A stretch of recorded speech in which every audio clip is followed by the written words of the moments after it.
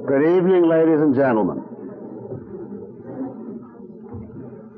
Tonight we are going to begin a new subject, the subject of definitions, with emphasis on the rules of valid definitions.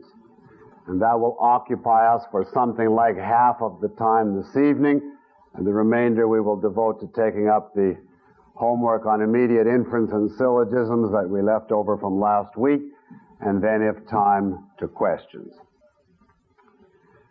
Now, I want to say at the outset that there are two different types of discussion of definitions that would be possible. If this were a course on epistemology, we would engage this evening in a general, theoretical, philosophical discussion of definitions.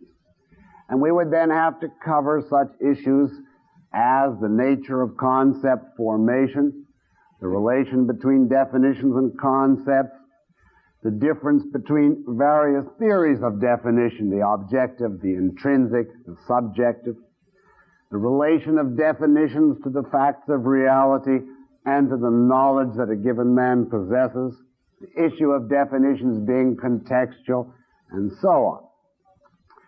All of this material would have to be covered if you were to go into a thorough, systematic, epistemological discussion of definitions. And all of this I am not covering, but presupposing for this evening's lecture. I'll allude occasionally to one or another of these points, but I'm not covering these points this evening, primarily for two reasons. Partly because this material is already available to you in Miss Rand's Introduction to Objectivist Epistemology, and I suggest for those of you who want this kind of philosophic background, you read that work, particularly the section on definitions. Partly, however, I'm not going into this material tonight because this is a logic course, not one on epistemology. And in a logic course, our concern with definitions is narrower, more concrete, more practically oriented. In this kind of course, we simply assume that you understand the general philosophic theory underlying the subject of definitions, and we concentrate on the rules which valid definitions must follow. In other words, on how to apply the theory of concept formation to the process of actually defining various concepts and being able to spot various definitional fallacies. Now, occasionally, I will remind you of some point of the objectivist view of definitions in order to make one or another of the rules fully clear. But on the whole, I'm going to take the theory for granted and concentrate on the rules and their application. Now, I have one further prefatory word. I myself believe that there is room for a whole science, as yet largely unexplored and undeveloped, devoted to the topic of the rules of definition. A science that would identify the kinds of actual problems that people confront when they try to define various concepts, and which would give guidelines as to how to go about solving these problems. In other words, a science devoted to how to apply the general principles of concept formation to the solution of particular types of problems that arise in trying to formulate specific definitions. Now, not much has been done on this, and it's a subject, I may say, on which I hope to work myself someday. But at present, I know only some general rules, essentially from Aristotle, and a few further unsystematic leads to this whole field. So tonight I want to cover just the rules defined by Aristotle on the subject of definitions, along with the objectivist explanation and validation of these rules in those cases where it's appropriate. All the rules we will cover this evening are Aristotelian, but often he doesn't explain or justify them in an appropriate fashion. And next week I want to spend time, considerable time, on the exercises on definition, which I'll assign at the end this evening. And I'll be able, in the course of taking them up, to give you a little more theory on the subject of definitions, and indicate at least a few further leads as to the kinds of problems and developments that are possible in this area that were not touched on by Aristotle. But that will be next week. Tonight will be the basic Aristotelian rules. Now let us begin by reminding ourselves why definitions of our concepts are necessary to begin with. Definitions are designed to fulfill a specific purpose, and you have to keep the purpose, the need for definitions in mind clearly at the outset, and the rules simply then follow from the purpose. The best way to understand this purpose is to observe that there is a central problem posed to human beings by the existence of the conceptual level, a problem which has no counterpart on the perceptual level. And that problem is how to keep our concepts connected to reality. How to keep our concepts connected to reality. In other words, to the specific concretes that they relate to, and that they are supposed to be integrating. Now on the perceptual level of consciousness, the level of direct sense perception, there is no equivalent of this problem. You perceive directly the concretes which exist. Each of them is clearly what it is. Each is distinct from the rest. There is no special effort on your part required to ensure that your perceptions remain tied to reality. There's no special process you have to go through to guarantee that your perceptions are tied to reality. It's very simple. As an adult, you simply directly gaze at and confront the existing concretes, and that's it. There's no such thing as an unrealistic perception, or a floating perception, or a perception detached from reality. But now the conceptual level is not the perceptual level. In connection with concepts, there is no one entity. For those of you who know Plato, there's no Platonic essence, counter to what he said, to gaze at in order to make clear the meaning of a concept. There's no automatic guaranteed mechanism that simply functions automatically that will ensure that you know what your concept designates, stands for, and integrates, what it subsumes, what specifically it refers to. In the very nature of the conceptual level of functioning, a concept does not automatically retain its tie to reality. And I always here mean by reality in this connection the specific concretes that the concept is supposed to be designating and integrating. Thus, there is such a thing as a floating concept or a floating abstraction, as objectivists call it, which is instances where a person does not know, perhaps beyond a bare few examples, what it is his concept actually applies to. He uses a word which stands for a concept, but it has no clear reference in his mind. You can think of the way people use the words love, or liberal, or freedom, etc. Now, one main reason for this state of affairs is that people learn words by imitation from others as they're growing up and acquiring a vocabulary. And many people acquire simply a vague glimmer of the meaning of a concept. They're capable of routinely applying it to some cases, but at a certain point it simply dissolves into fog in their mind. The word no longer stands for a specific concept, for any specific concretes. It in effect cuts loose from reality and approaches becoming an inarticulate sound. In effect, it becomes a noise which is backed mentally by a patch of fog. Now you think of the way many people use, I mentioned the term freedom. And they will say freedom is good. If you had, so to speak, a logical fluoroscope and you could see, well, what actually does the word freedom stand for in their mind? I'll exaggerate a bit, but this isn't too much of an exaggeration. It might convey to them the actual content. They have, on the one hand, an image, let us say, of someone racing up a deserted beach. And that's somebody free, you see, unshackled, completely free. On the other hand, they have an image of somebody bound and gagged with chains in a cell, and that's clearly not free. And maybe a few more images on that order positive and negative, along with the positive warm glow associated with the ones that come under freedom, in other words, a certain emotion. And that substantially is what freedom means to them. Now, a person with this kind of equipment does not have a clear concept of freedom. He simply has a word, a few images, and an emotion. And consequently, if he hears the President of the United States say a hungry man is not free, he is entirely unable to know, does that come under the picture running up and down the beach, or does that come under being bound in chains? He knows that it's bad not to be free, but he doesn't know which one this is.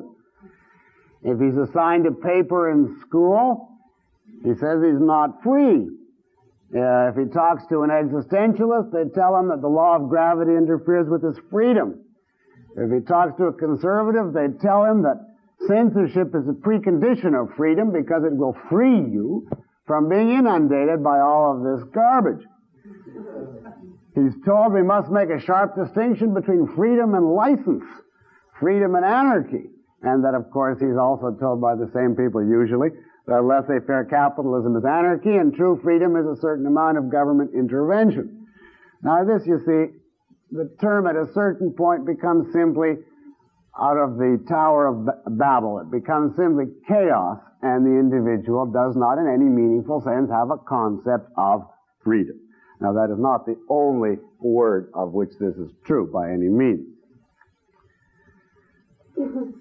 So, we can put it this way. If you want to have an actual concept, as against some combination of mental fog, images, noises, and emotions, you must have in your mind, your concept must have in your mind a specific identity.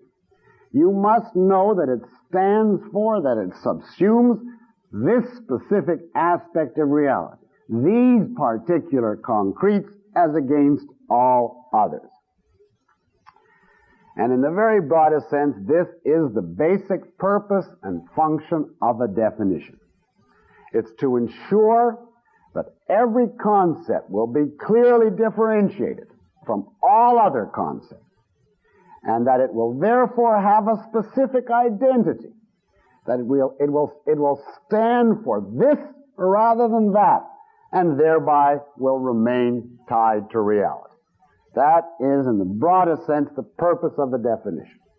To ensure, just to repeat, to ensure that every concept will be clearly differentiated from all other concepts, that it will therefore have a specific identity and remain thereby tied to reality. Now, how do we accomplish this purpose? Well, as you would know, in a general way, Aristotle's suggestion or position was you select from all the characteristics of the concretes which come under a given concept. You select certain key characteristics. The ones he called the fundamental characteristics. The characteristics which make those concretes the kinds of things they are and differentiate them from all other existence. Now, Aristotle called these key characteristics, that is, the fundamentals which make the concretes in question the kinds of things they are and differentiate them from all others, he called these the essential characteristics. And the statement which names them, he called the definition. So let's, since this is a lecture on definitions, give you now two definitions, which I will dictate to you. And I might just say, in defining the term essential characteristic, I will use the objectivist term unit, which, if you've read the Introduction to Objectivist Epistemology, you know means in this connection the concretes which come under a given concept. Like each individual man would be a unit of the concept man, each individual stone a unit under the concept stone, etc. Now, understanding that, you can take down this definition of essential characteristic. And it could be singular or plural, but we'll give it to you just in the singular. The fundamental characteristic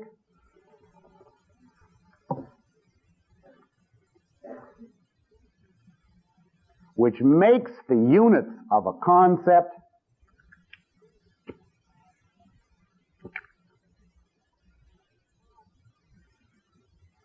the kind of existence they are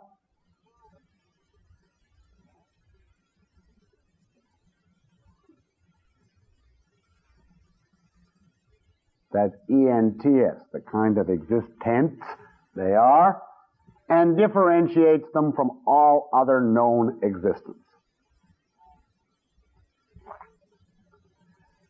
By essential characteristic, we mean the fundamental characteristic, or it could be plural characteristic, which makes the units of a concept the kind of existence they are, and differentiates them from all other known existence.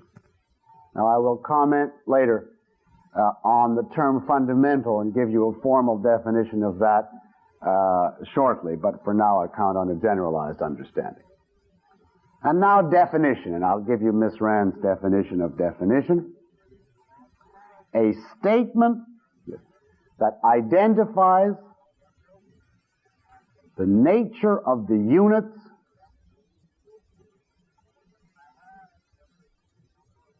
subsumed under a concept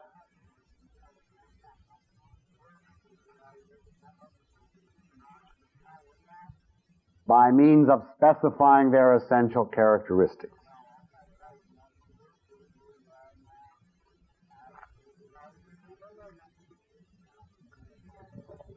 A statement that identifies the nature of the unit subsumed under a concept by means of specifying their essential characteristics.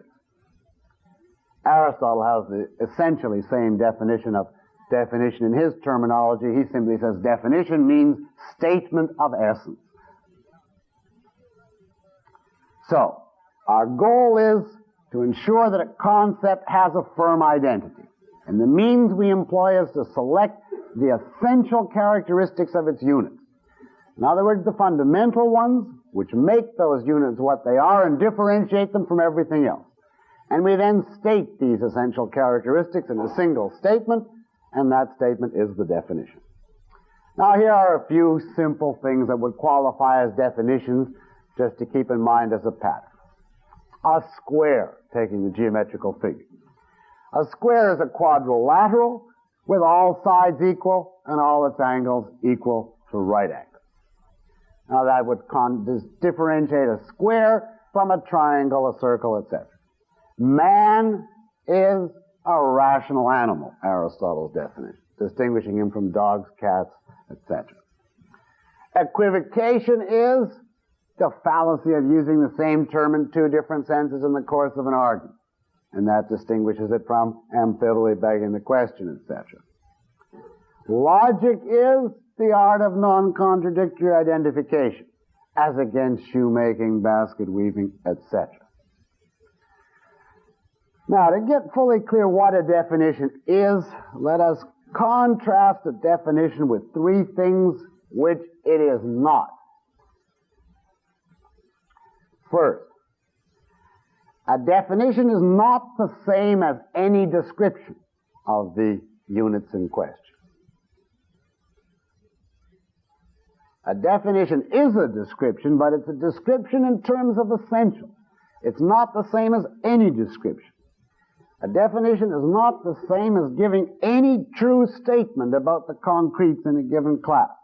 There are all sorts of things that you can say about the concretes that come under a given concept. True things. Even vital and important things that are not definitional and do not belong in a definition. For instance, take the following as an example. Equivocation is an insidious fallacy discovered by Aristotle and pertaining to a misuse of language. Now, that's certainly true. It has valuable and important information about equivocation. It is not a definition. Why not? It omits to tell you one little thing. What is equivocation? It's an insidious fallacy. What fallacy? It doesn't say. It doesn't tell you what makes equivocation equivocation. It's discovered by Aristotle. Well, what is it that is discovered by Aristotle? Again, it doesn't say. The closest it comes to being a definition is when it says it pertains to a misuse of language. But that simply demarcates an area and does not differentiate equivocation from many other fallacies which pertain to a misuse of language. For instance, amphibole. So a statement like that, true as it is not a definition. Or, for instance, a syllogism, if I were to say, a type of argument which has 5 rules for validity. Now, that is true, but that does not tell you what a syllogism is. Therefore, it is not a definition. A definition must give you the fundamental characteristics which make the thing what it is and distinguish it from everything else. Definition is specifically for the purpose of delimiting the application of a concept, and therefore it must contain only essential characteristics. The word definition actually comes from definire, which is Latin for to fix, to restrain, to confine within limits, to make finite. And therefore, not any random truth about the subject matter. A definition is a statement fixing or guiding all subsequent uses and applications of the concept. Now, secondly, a definition is not an etymological report. It is not an etymological report. Now, etymology, as you know, concerns itself in part with the origins, the historical origins of words and the ways in which they were coined. This by itself is not a reliable guide to correct definitions, because very often a word will evolve in meaning across time, and therefore its actual etymology, the original meaning of the roots which made it up, bear little relationship to its actual present meaning. Take the word philosophy, for instance, which comes from Philein and Sophia, 2 Greek words meaning literally love of wisdom. Now, at the primitive state, when this word was coined, I mean primitive in terms of knowledge, love of wisdom was a perfectly reputable thing to say as a definition of philosophy. But today, when we have much more knowledge, we have to be much more specific. Now we have to distinguish philosophy from the natural sciences, etc., and the sheer gazing at the etymology, love of wisdom, would not provide you with the definition of philosophy. Or, for instance, consider the word sincere.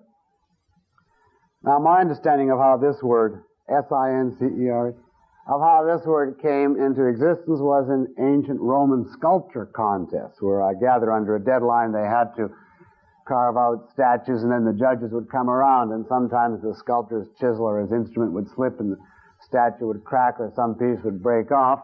And counter to all the rules, he would fill it in with wax just before the judge came. And that, of course, was dishonest by the rules. And so they began to distinguish the statues which were honest, the ones without wax, from the wax-filled ones. And sincera is Latin for without wax. Now, you see, on the one hand, how the modern meaning evolved from it, but on the other hand, if you simply looked it up in a dictionary and said the definition of sincere means devoid of wax, you wouldn't be very far in giving a definition. Now, etymology is often helpful, just in the way that sincere is helpful to know that. If you were baffled by the use of sincere, you'd get the root idea of honesty out of it. But you cannot take etymology literally in most cases. In some cases, if the word has not changed, like epistemology is episteme and logos, theory of knowledge, and so the etymology is perfectly reliable. But as a general rule, you cannot simply read off the etymology and assume that you have a correct definition. Thirdly, a definition is not the same as giving examples or pointing to concrete illustrations.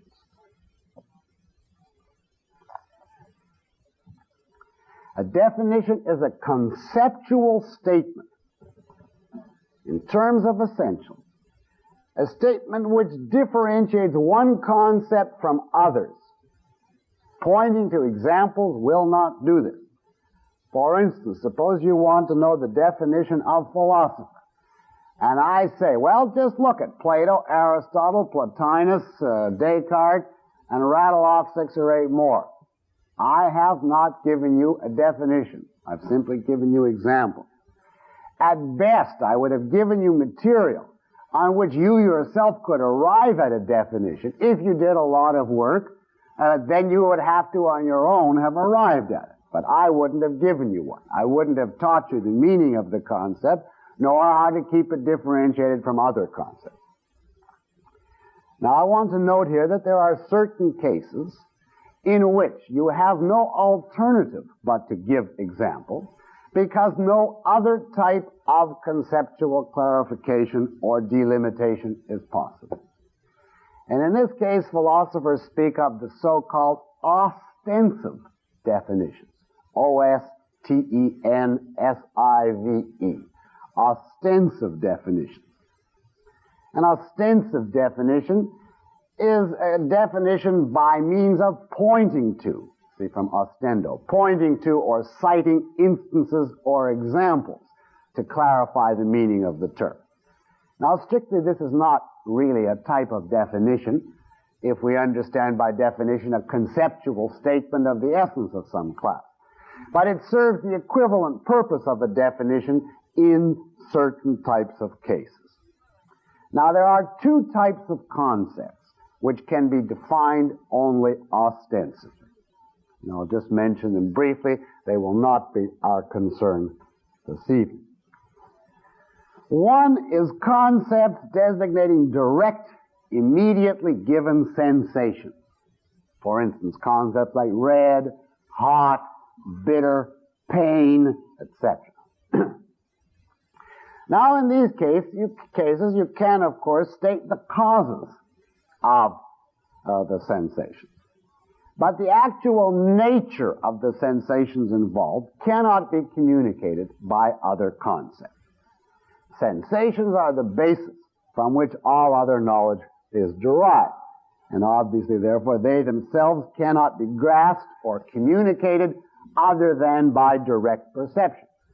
So a blind person could learn a great deal about the causes of red and the light waves and all the rest of it, but the actual experience of red, what that sensation is like, if he was blind from birth, he could not know.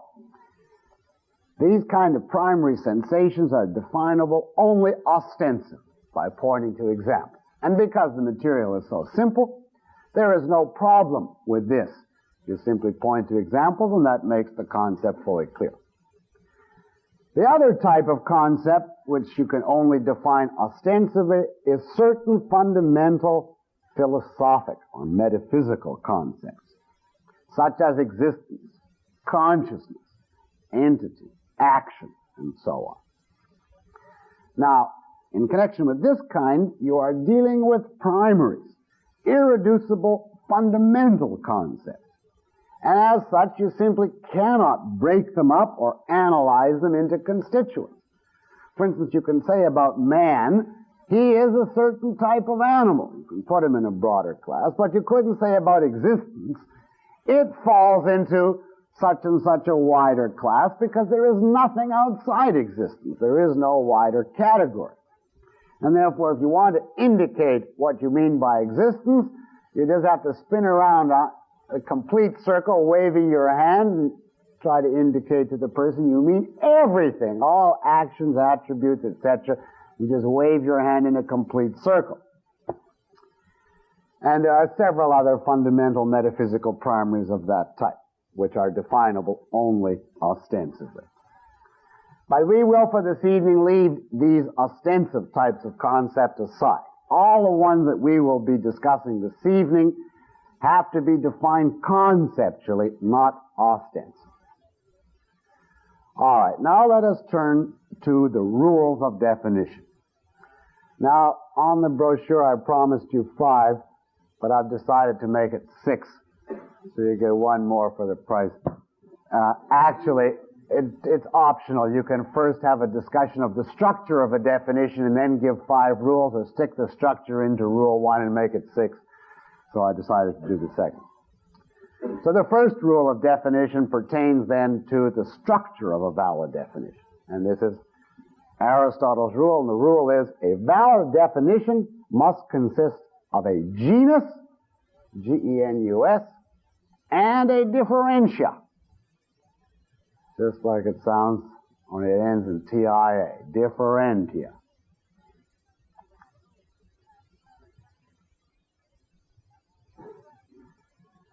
Now, by genus, for our purposes, we're going to simply mean the following. You can take this down. The genus is a class wider than the concept to be defined,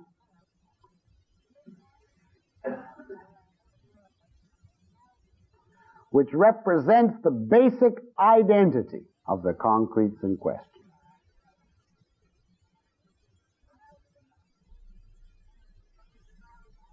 The genus is a class wider than the concept to be defined, which represents the basic identity of the concretes in question.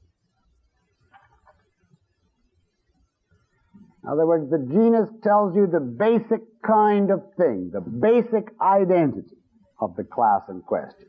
And of course, from the word genus, we get our word general. Now, the differentia, which can be one or more characteristics. The differentia is the characteristic or characteristics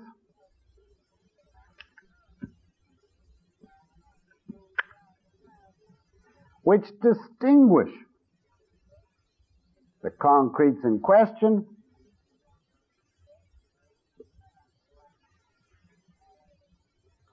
from all other members of the genus.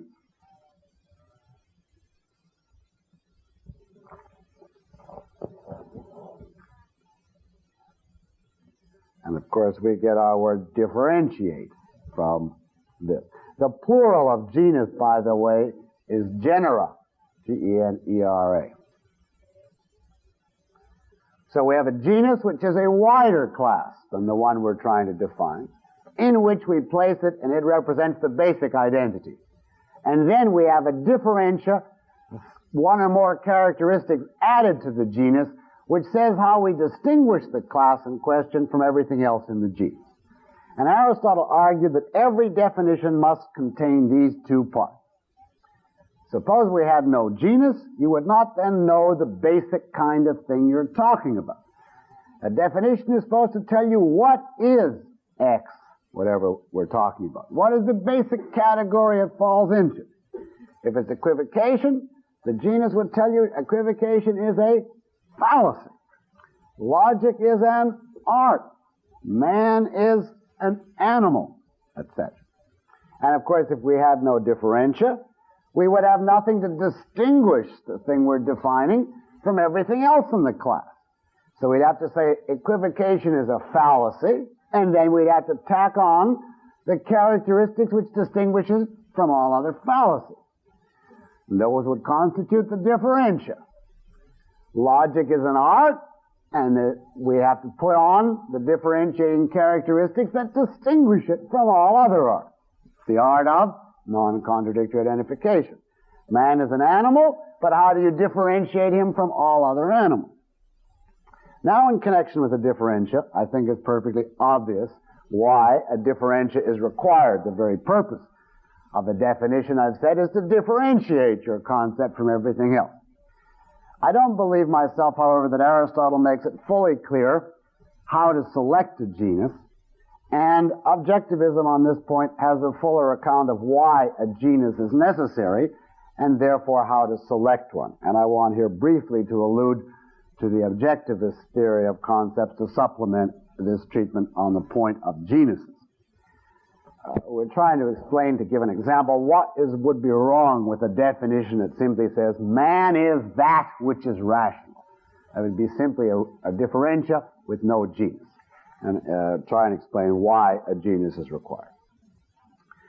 Well, here I go back to the objectivist account of concept formation. In the process of concept formation, we separate a given set of concretes from all the others, as you know. And we do so normally for purposes of specialized study, to be able to focus on this particular group as against all the rest. But the important thing to note in this connection is the fact that we separate out a certain group does not mean that that group is therefore absolutely different in all respects from everything else in reality. That would be ridiculous. We isolate a class on the basis of certain similarities distinctive to it. But whatever class that we isolate will have many characteristics in common with other things outside the class. So when we isolate a class conceptually, when we separate it out, we must do so in such a way that we can retain an awareness of its relations and specifically its similarities to other entities, other classes that we know of. In other words, isolating a class does not mean cutting it off from everything else as though it existed in a vacuum with no connection or relation to anything else that we know. We have to isolate, therefore, in a way which will permit us specialized study of a certain group, while yet enabling us to keep track of and apply to the class that we're studying all the characteristics which it shares in common with other things. And in this sense, we not only have to unite the concrete in a given class into a single unit by means of the concept, we have to, while we keep that group separated from the others, also keep it united or integrated with whatever other classes are required for us to keep track of its full identity. Now that is the role of the genus. According to Objectivism, the genus is the part of the definition which performs this integrating or uniting function of the definition. It's the part which unites the class in question with all the relevant other classes of existence so we can keep track of the full identity of the group in question. Now, to see this point fully, I have to point out to you that as we acquire a developed conceptual knowledge, you will observe that there is a structure, a hierarchical structure of genera. That's a big mouthful, but all I mean is like this. Man is a species of animal. Animal is the genus in relation to man with one of its species. But animal in turn is a species of living organism. So animal is a species relative to living organism, which in turn is a genus relative to animal. And living organism is a species of material entity, which is a genus relative to living organism, and so on. Now, consider what you accomplish when you define man as a rational animal, rather than simply saying that which is rational. When you say man is a rational animal, you thereby bring man into relation to all these wider classes. Everything you've learned about animals and living entities and material entities is thereby implicitly ascribed to man. And of course, I've left out a host of intermediary genera in this sketchy example. But all the discoveries you ever make about these wider classes are now included in your knowledge of man.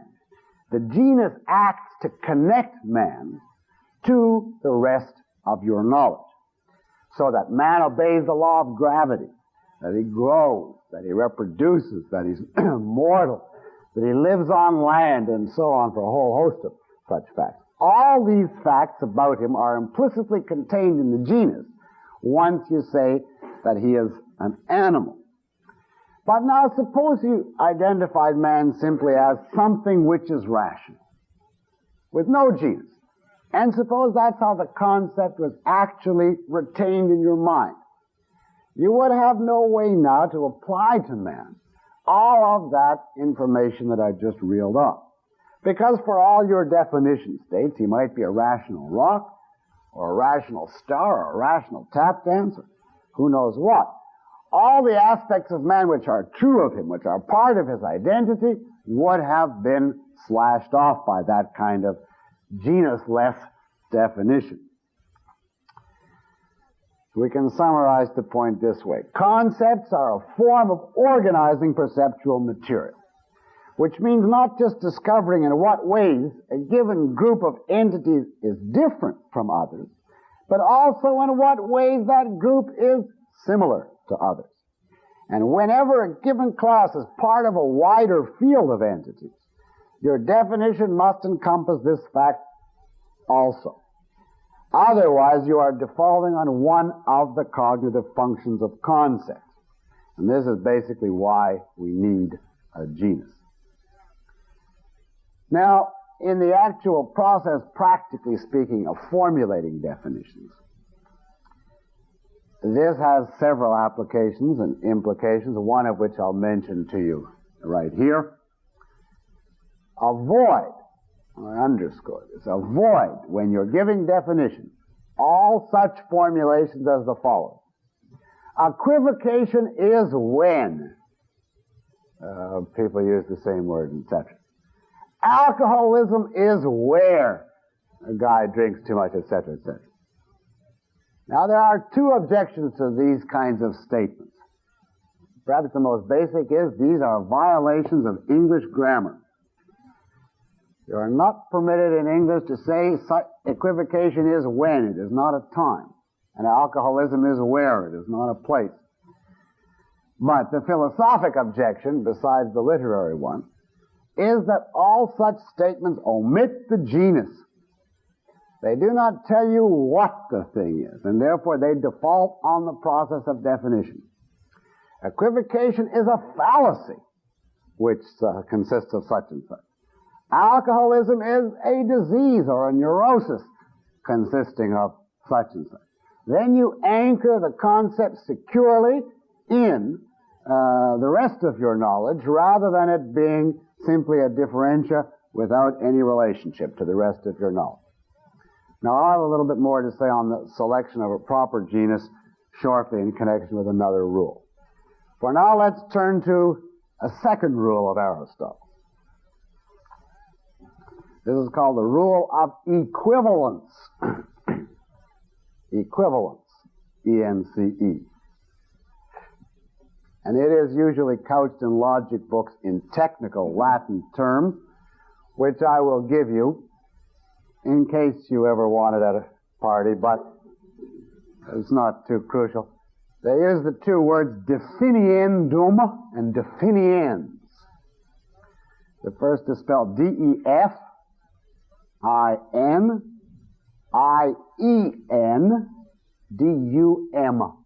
Definiendum. And that simply means the concept being defined.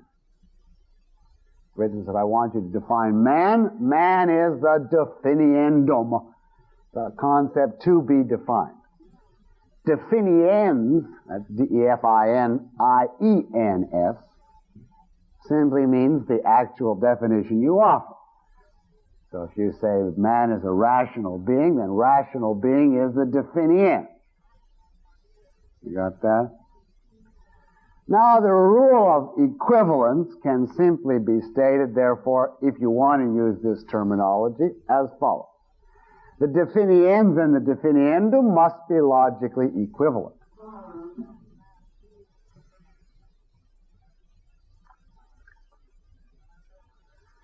The definiens and the definiendum must be logically equivalent.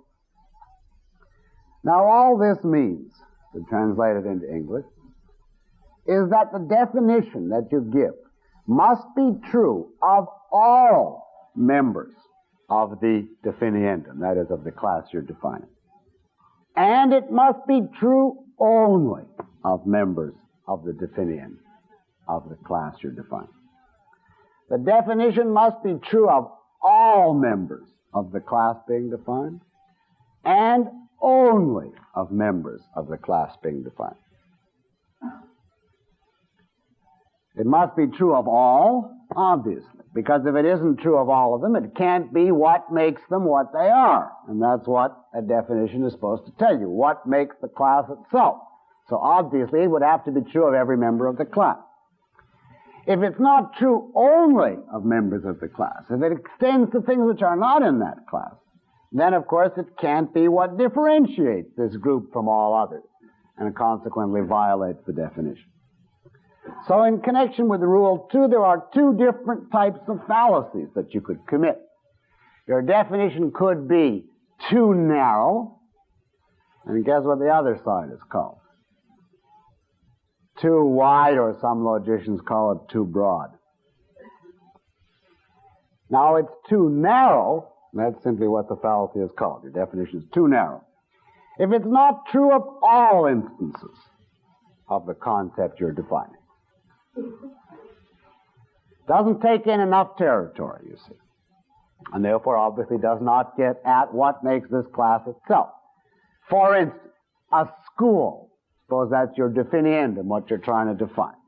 And you say, it's an institute for instruction in the sciences. Now that is too narrow. That does not tell you what makes a school because it leaves out a great many schools. Or morality. Suppose I say morality, the subject which teaches you to sacrifice for others. Now some theories of morality do that, but that obviously is not the essence of morality because there are many moralities that do not teach that, or at least some moralities that do not. Now on the other hand, let's use those same examples and give you examples of definitions which are too wide or too broad. I usually call it too wide because it saves one letter. Here would be whenever you have a definition which is not true only of instances of the concept you're defining. It takes in too much territory and therefore obviously does not differentiate the thing in question from other things. School. Suppose you said something woozy like an undertaking for the dissemination of knowledge. Now there, of course, there's encyclopedias and newspapers, if you count that as the dissemination of knowledge, etc. Or take morality. Suppose I said, the subject concerned with the principles of action. Well, I mean, that's true of morality, but it's also true of psychology and economics, and if we didn't even restrict it to human action, it's true of physics, as far as that's concerned. So you have to say what kind of principles, what kind of action, from what aspect, etc. Otherwise, it's much too broad and does not differentiate morality from other subjects. Now, if you outdo yourself, I point out just in passing, you can achieve a definition which is both too wide and too narrow at the same time, from different respects. It has to be very bad to do this, but people do it. For instance, happiness, the emotional state which results from achieving a promotion. Now that is too narrow. It's obviously not true of every case of happiness that it results this way. And it's also, from another aspect, too wide.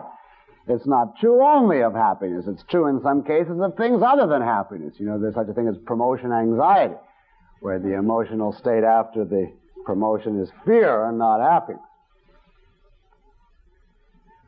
Now, as general advice, if you want to apply this rule of equivalence, you have to train your mind when you formulate definitions to do two things. Either successively or you oscillate back and forth between them. On the one hand, let your mind range over a wide variety of examples that come under the class you're defining. This is to be sure that you're not fixing accidentally on some one subtype within the class, and thereby making your definition too narrow. And at the same time, or immediately thereafter, you have to keep clearly before you the concepts you're trying to separate the concept in question from, the ones you're differentiating it from, so that you won't make it too wide. Now, for instance, take a very simple example. You're trying to define table. Now, if you're kind of unthinking and you're tempted simply by the familiar, obvious examples, you look around you and you see two wooden four-legged tables, so you proceed to say a four-legged wooden object, etc. Whereas, if you let your mind range over, and just give yourself the order, give me examples of table, and you remember movies if you've never seen a non-wooden one, etc., you see that there's a variety of materials that tables could come in, so it's just as well not to specify. And the same is so for the number of supports widely differs. And by that quick means, you prevent yourself from seizing on the first familiar example and making your definition too narrow.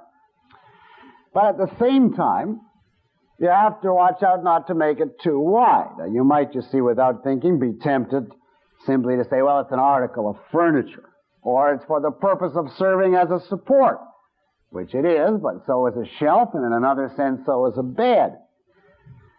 Now, what you have to do, you see, is keep in mind the main concepts you want to distinguish table from. Meanwhile, you let your mind rove over groups of individual tables and keep an eye on the cluster of associated concepts you're trying to distinguish it from. And you do this until you have a formulation which includes all tables and only tables. And then you're okay on the rule of equivalence. Now, when have you reached success on this point? Well, logic texts usually put it technically in the following way, which you should be happy to hear because we'll finally get some use out of some of the terminology we introduced some weeks ago.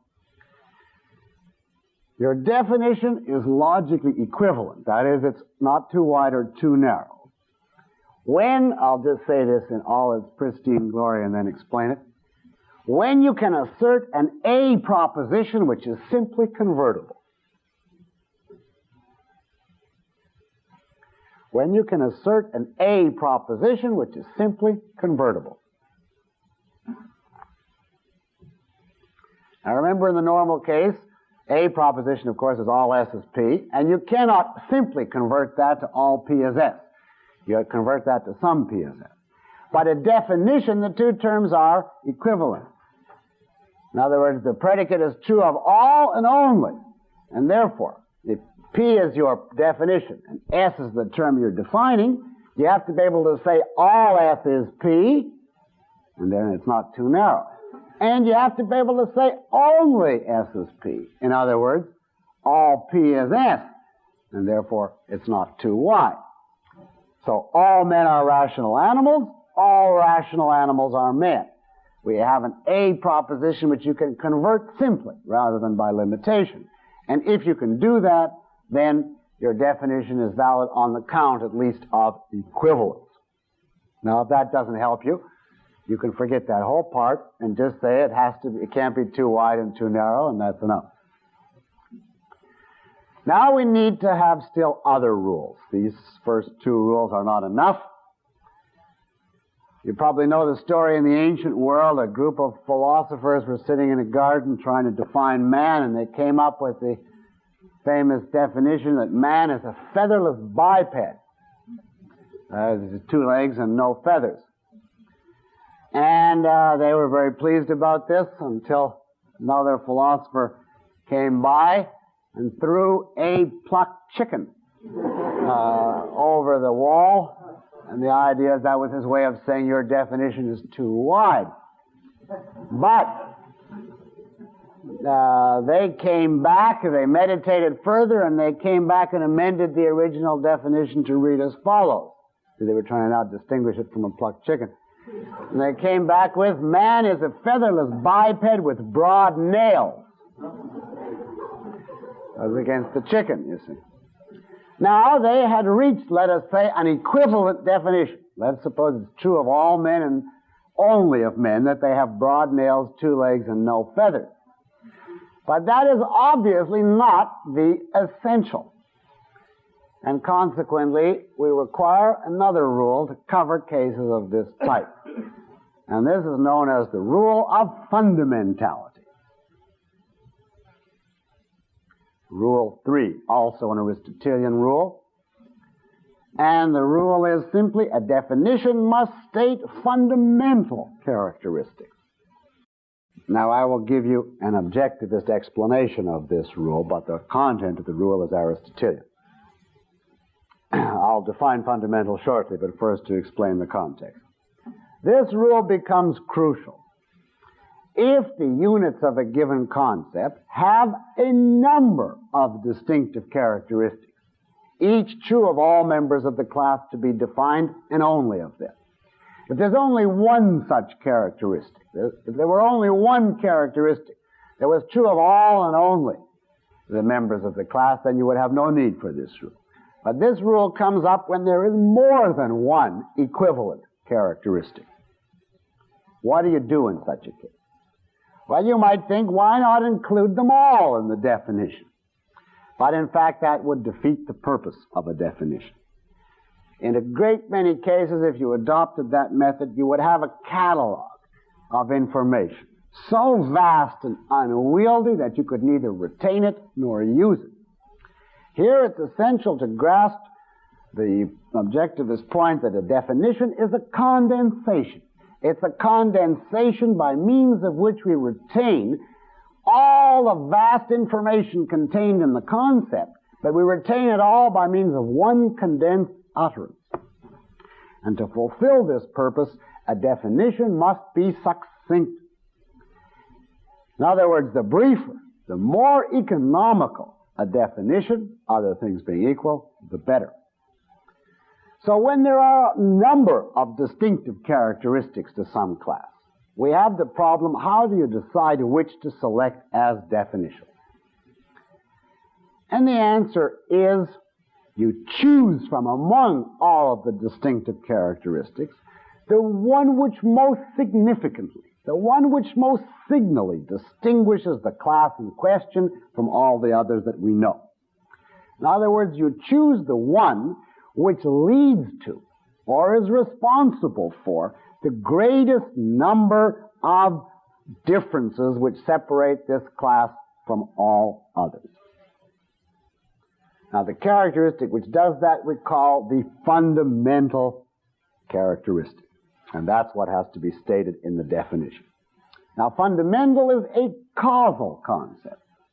By the fundamental characteristic, we mean, if you want a definition, and here I'm defining it in connection with differentia. I'll later explain its application to genus. By the fundamental characteristic, we mean the characteristic which is responsible for the greatest number of an entity's distinctive characteristics.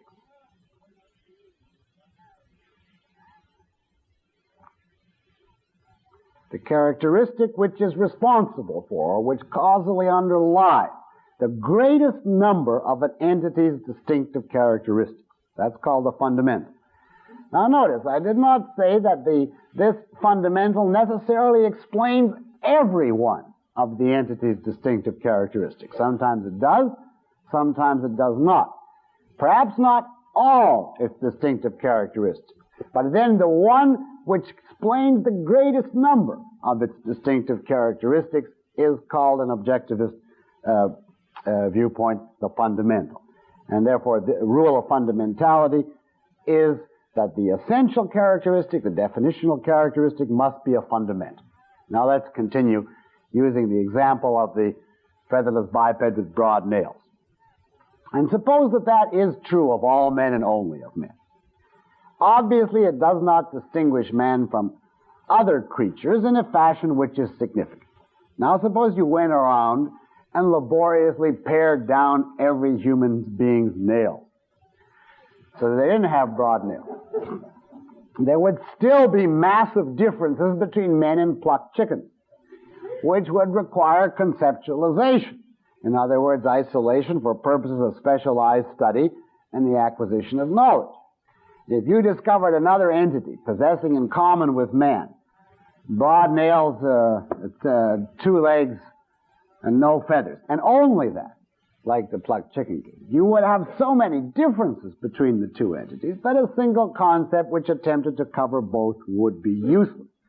It wouldn't separate any set of entities which could serve as objects of specialized study. So that even if that whole broad nails business were equivalent, were distinctive to man, it would not distinguish man significantly from other things. But if you define by causal fundamentals, so for instance your differentia of man would be rationality, then precisely because that is a fundamental, your definition identifies the root of a whole set of characteristics distinctive to the entity being defined. It names that which makes a man because it names that which most significantly sets man apart from all the others. Or you can look at this fundamentality aspect from another perspective. If you define by fundamentals, taking the man case, you distinguish man more completely from other things. Because the fundamental, we've said, is that which leads to or is responsible for the greatest number of differences. And the latter are therefore implied in your definition. And thereby a whole set of distinctive attributes are by implication included in the definition.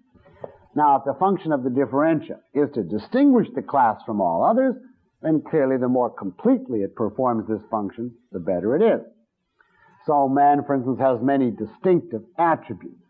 He alone can create art, study geometry, build skyscrapers, etc. But all of these, and there's a vast number, proceed from his possession of a rational faculty. They're consequences or expressions or results, applications of his being rational.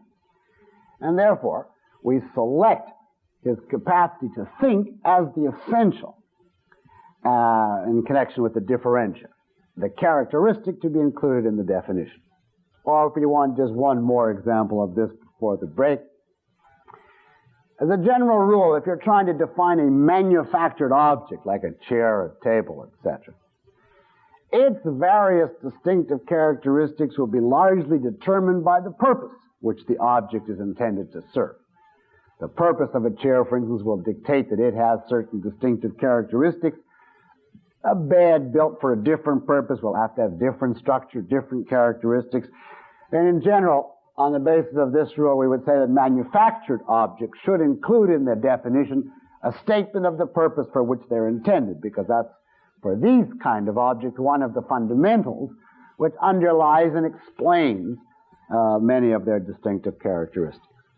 Now, I have further remarks to make on the rule of fundamentality, but let us take our break at this point.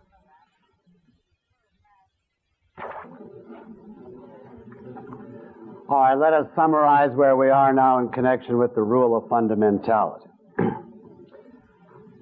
When there are a number of characteristics distinctive to the entity being defined, and one of these characteristics is causally responsible either for all of the other distinctive characteristics, or at least for more of them than any other characteristic is responsible for, then this characteristic, the one with the most causal significance in explaining the remaining distinctive characteristics, is to be selected as the defining characteristic, that is to say, as the differentia.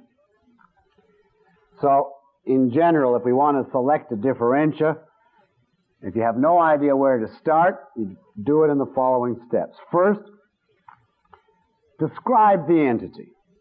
List or consider all the relevant characteristics that you think might conceivably qualify. And then, among those, choose a characteristic which is distinctive within the context of your knowledge and fundamental in the sense that it explains all or at least the greatest number of the distinctive characteristics. And that will then be the differentia. Now here are some examples of definitions which violate the rule of fundamentality. Man, the animal who uses language. Now obviously the ability to use language is an expression of the possession of a conceptual or rational faculty. And therefore this is to take an effect and make it a cause. That's a violation of the rule of fundamentality. Man, the animal with a sense of humor. Same thing. Sense of humor, if you don't mean simply making guttural noises like hyenas, it means the ability to grasp discrepancies, contradictions, incongruities, which is a function and expression, again, of a conceptual faculty. So that is not a fundamental. One theologian, if I remember correctly, I think it's Reinhold Niebuhr, defined man somewhere or other as the animal who is in heat all year long. Now I think, and this is true as far as I know, this is as far as I know, although I'm not a biologist, but I believe that this is distinctive to man. And I believe further that that is connected to his rational faculty and the role of sex in a being who has a conceptual consciousness. But let us suppose for the moment that it was not connected to the rational faculty, that it was simply a biological fact. I say let us suppose that just for pedagogical purposes. This would still be an invalid definition, even if you couldn't see it as an expression of the rational faculty. and even if it itself had some consequences, because the number of consequences that is explained by rationality in connection with man is vastly greater than the number that follow from him being in heat all the time. And therefore, the rule of fundamentality, as interpreted by objectivism, is you choose the characteristic which explains, if not all, then the greatest number of the distinctive characteristics. So this definition would be invalid on the rule of fundamentality. Or, for instance, as which examples, if a person were to say, and this would presumably have to be some ardent objectivist, but suppose he were to say, capitalism is the social system under which people are happy. And let's suppose that's true of capitalism and only of capitalism, so that it's equivalent. That would obviously be a consequence of the nature of capitalism. It would not be the cause, it would not be the fundamental, and therefore it would not be the essence. Now, a few philosophic words about how to interpret the rule of fundamentality. It is, as a rule, an Aristotelian rule. But for those of you who know Aristotle's philosophy, I simply want to point out here that he interpreted this rule in accordance with his general philosophy in an intrinsic fashion. He did not have the view that definitions are contextual. So when he came to this rule, he said, take the distinctive characteristics of an entity and, in effect, divide them into causes and effects. And the former he called the essential, and the latter, in his terminology, he called the properties. So properties for Aristotle were distinctive characteristics, but they were effects, not causes. And in that terminology, he said, never define in terms of property, using it as he just defined it. Now you see that that is basically correct, but it ignores the contextual character of definitions as he interpreted. Now, according to objectivism, by contrast, when you define, you always do so in a context of knowledge.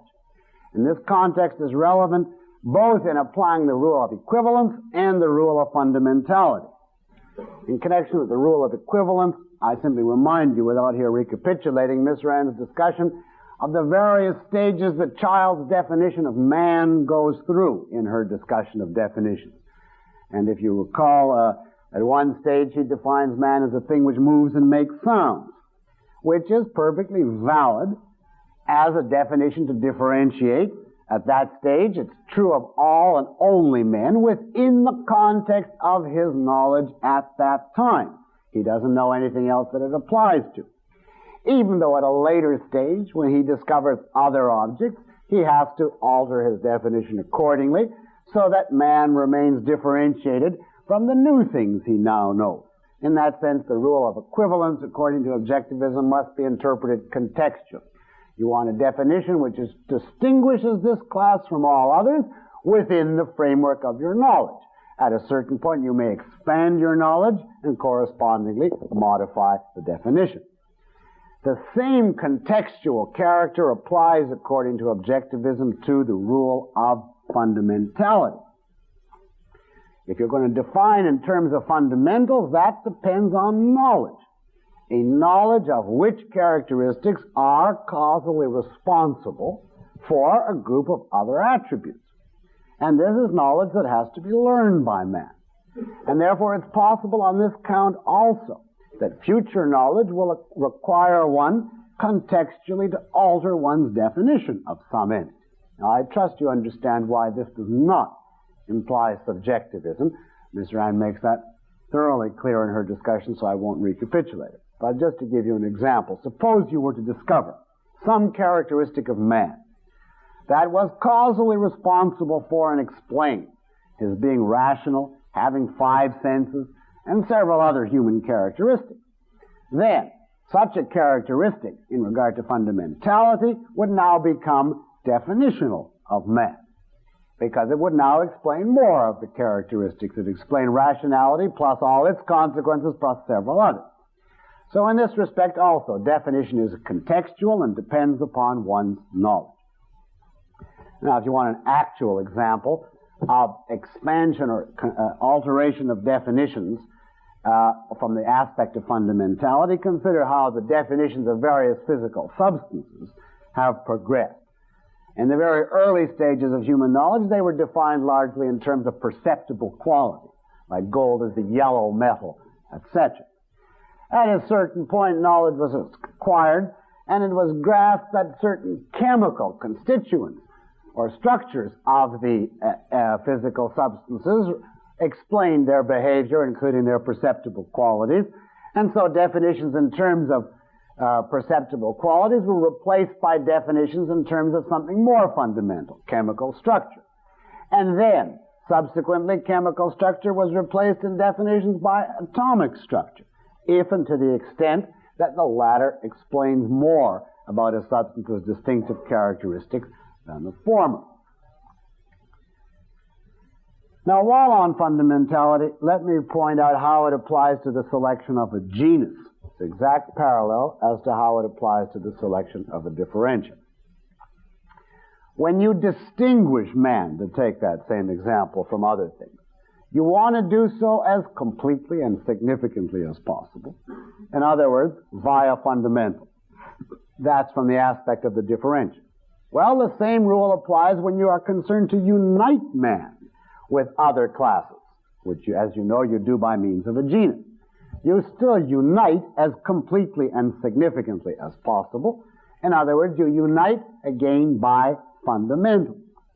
So if you're defining man, you would select as the genus the wider class, which includes the greatest number of characteristics which man shares with other things in your knowledge. You would select as the genus the wider class, which includes the greatest number of characteristics which man shares with other things in your knowledge. You see. And thereby, that would be the one that includes the greatest number of his non-distinctive characteristics. And therefore, you would select, for instance, animal as the genus. You wouldn't put man, skyscrapers, and oak trees into the genus, I don't know, solid objects, for instance. And you see why. You see what happened if you had the definition man, the solid that's rational, the rational solid. That kind of genus would defeat the cognitive purpose of the genus. It would not unite man significantly with all the other information that you possess about animals and living organisms. Here again, just as with the differentia, the function of the definition, its cognitive purpose, dictates the principles of selecting a genus. Now, aside from crazy genera, like the rational solid, practically speaking, let me give you the following advice in choosing a genus on this issue. Make your genus, where you can, specific enough to convey real information. In other words, don't define in terms of genera that are so broad that they are virtually empty. Now, sometimes you must do that. Sometimes there's no other genus other than existent, or that which is, because it encompasses everything. But in the normal case, that is not necessary.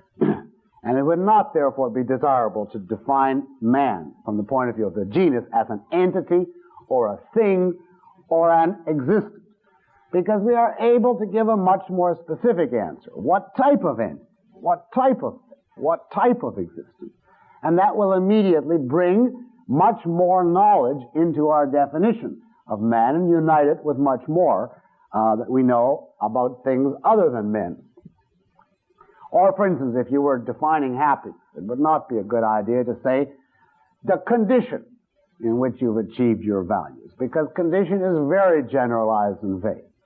It would be preferable, for instance, to state the state of consciousness in which such and such, or even better, the emotional state, or the positive, or the pleasurable state, because the more specific you make your genus, the more fundamentally and significantly you connect the term in question with all the other knowledge of classes outside of it, and that, of course, is your purpose in giving a genus.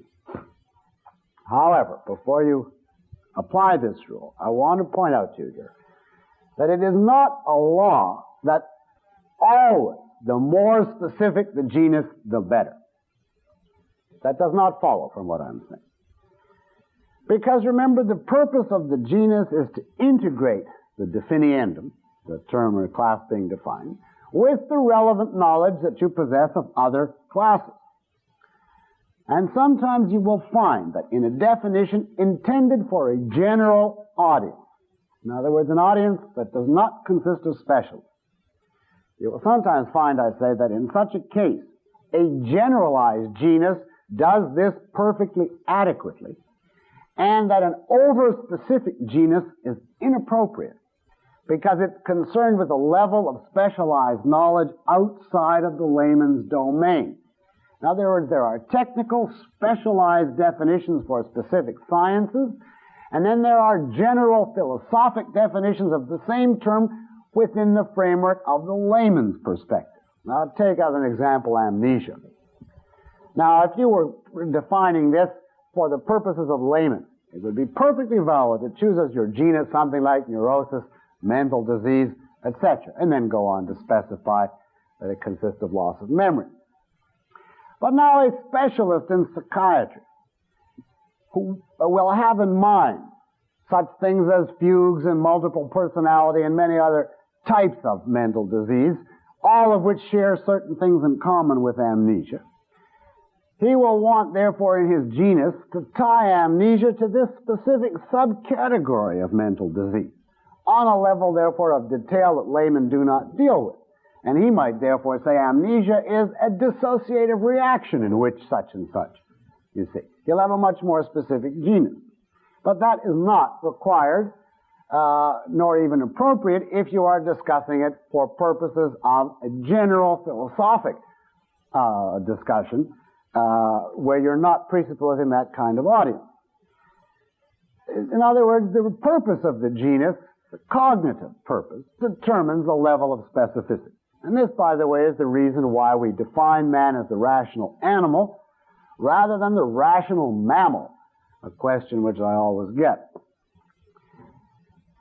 This doesn't mean that it is arbitrary, but merely that, given the purpose of a philosophic definition of man, it is unnecessary to distinguish various subtypes of animals.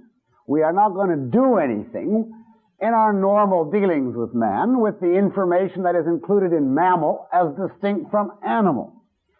On the other hand, a biologist will, and that will therefore to him be a much more appropriate genus.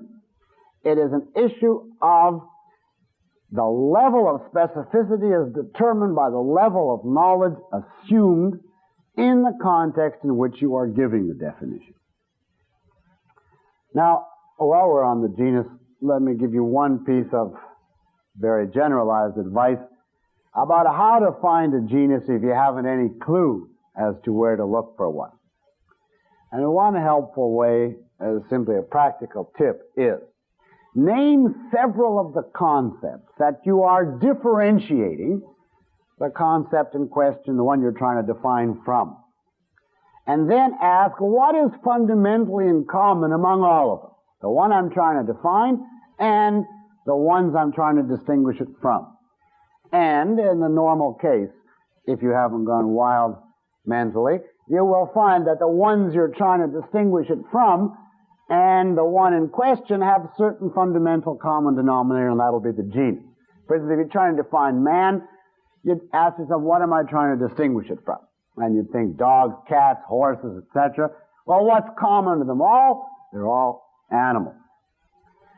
You're trying to define capitalism. Well, what are you trying to distinguish it from? Well, if your mind comes back and says you're trying to distinguish it from, I don't know, Rachmaninoff, the British Navy, and linoleum, then you're lost anyway. But the normal person would say he's trying to distinguish it from socialism, communism, the welfare state, etc. The common denominator is therefore obviously political system. You're trying to define shoes. Well, what are you distinguishing them from? Well, presumably socks, slippers, ties, suits, etc. So the genus comes out as article of apparel, etc. All right, let us go on now to the next rule. None of the remaining rules are as complex as the ones we've done so far. This is rule 4, right? This is the rule of circularity.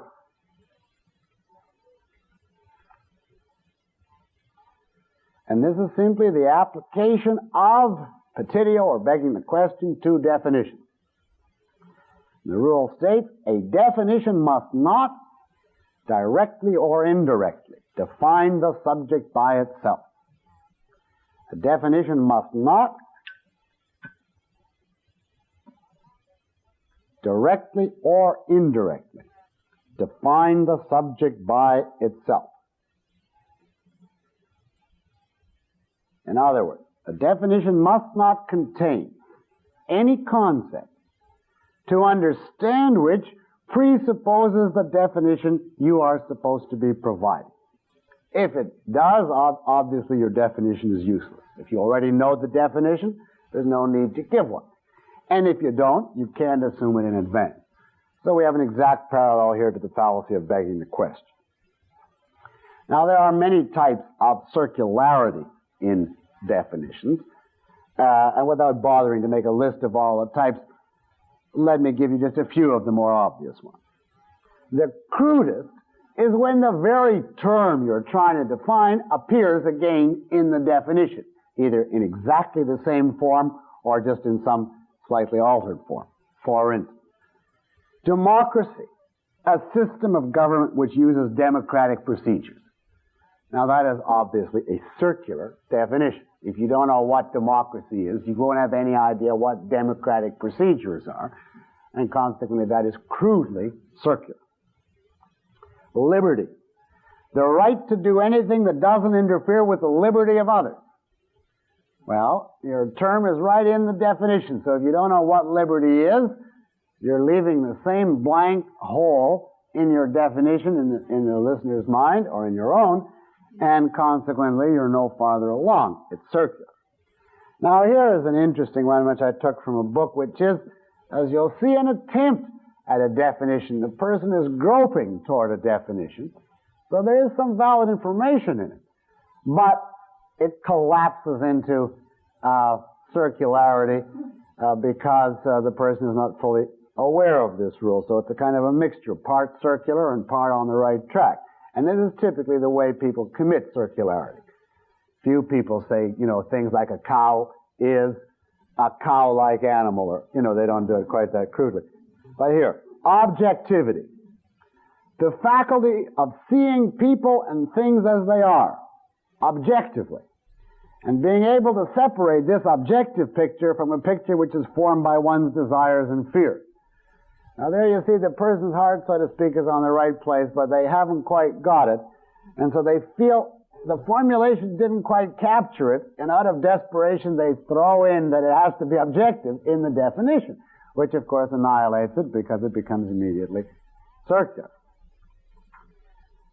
Let's just stop for a second while the tape is turned, and then I'll give you other examples of circularity.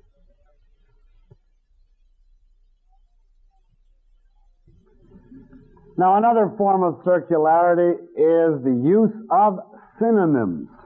Synonyms. A synonym is a word with the same or similar meaning to the original. A synonym does not explain or analyze or define or delimit a concept. It merely gives you another tag, another symbol for the same concept. And so the rule here is the same rule of circularity. In definitions, avoid synonyms. If you define by synonyms, you're violating the rule of circularity. You're still actually using the initial concept to define itself, but merely in a different guise. It's just a less obvious circularity. So, for instance, if I said, man is the human being, well, that's obviously useless. What is the human being? Man is just another word for the same thing. A moral man is one who is virtuous. Well, that, again, is just a synonym. It is not a definition. A prestidigitator is a juggler. Now, that you might find linguistically helpful if you already knew the definition of juggler. But it does not tell you what a juggler is. It's not a definition. It's just a synonym. A drunkard is an inebriate. A star is a stellar body, etc. All of those are simply the use of synonyms invalid as definitions on the grounds of circularity. Now, circularity can be even more indirect than this. It is very common to commit circularity when defining correlative. Correlative is spelled C-O-R-R-E-L-A-T-I-V-E, correlative, two R's. Now, correlatives are two things so related that the existence of either implies the existence of the other. Correlatives are two things so related that the existence of either implies the existence of the other. For example, cause and effect are correlative concepts. If there's a cause, there must be effect. If there's an effect, there must have been a cause. Employer and employee are correlative. If there's an employer, there must be an employee, and vice versa. Father and child, husband and wife. Now, clearly, not every pair, ham and eggs, brother and sister are not, but now, the general rule here is when defining correlatives, do not define one of them in terms of the other, because you will very, very probably end up in circularity. What you should do is define the relationship involved, which is what is actually necessary to clarify the meaning of the two concepts. For instance, take husband and wife. If you say husband, a man who has a wife, and then somebody will ask you, well, what is a wife? And you'll come back, a woman who has a husband. Now that is useless. You define husband in terms of wife and wife in terms of a husband. Much better to say, husband and wife are a man and woman with a certain relationship. Namely, they're married. And then define the relationship, which I am not going to do now. But obviously they've agreed to certain mutual obligations and so on. And then you say, a husband is any man thus related to a woman, and a wife, similarly, any woman thus related to a man. Thereby you give the actual essence of the correlatives by specifying the relationship. And that's true of any pairs of correlatives. Now, sometimes a definition can be circular very, very indirectly. Aristotle gives this example. Someone at the time was trying to define the sun. Now, this is before Christianity. This is S-U-N.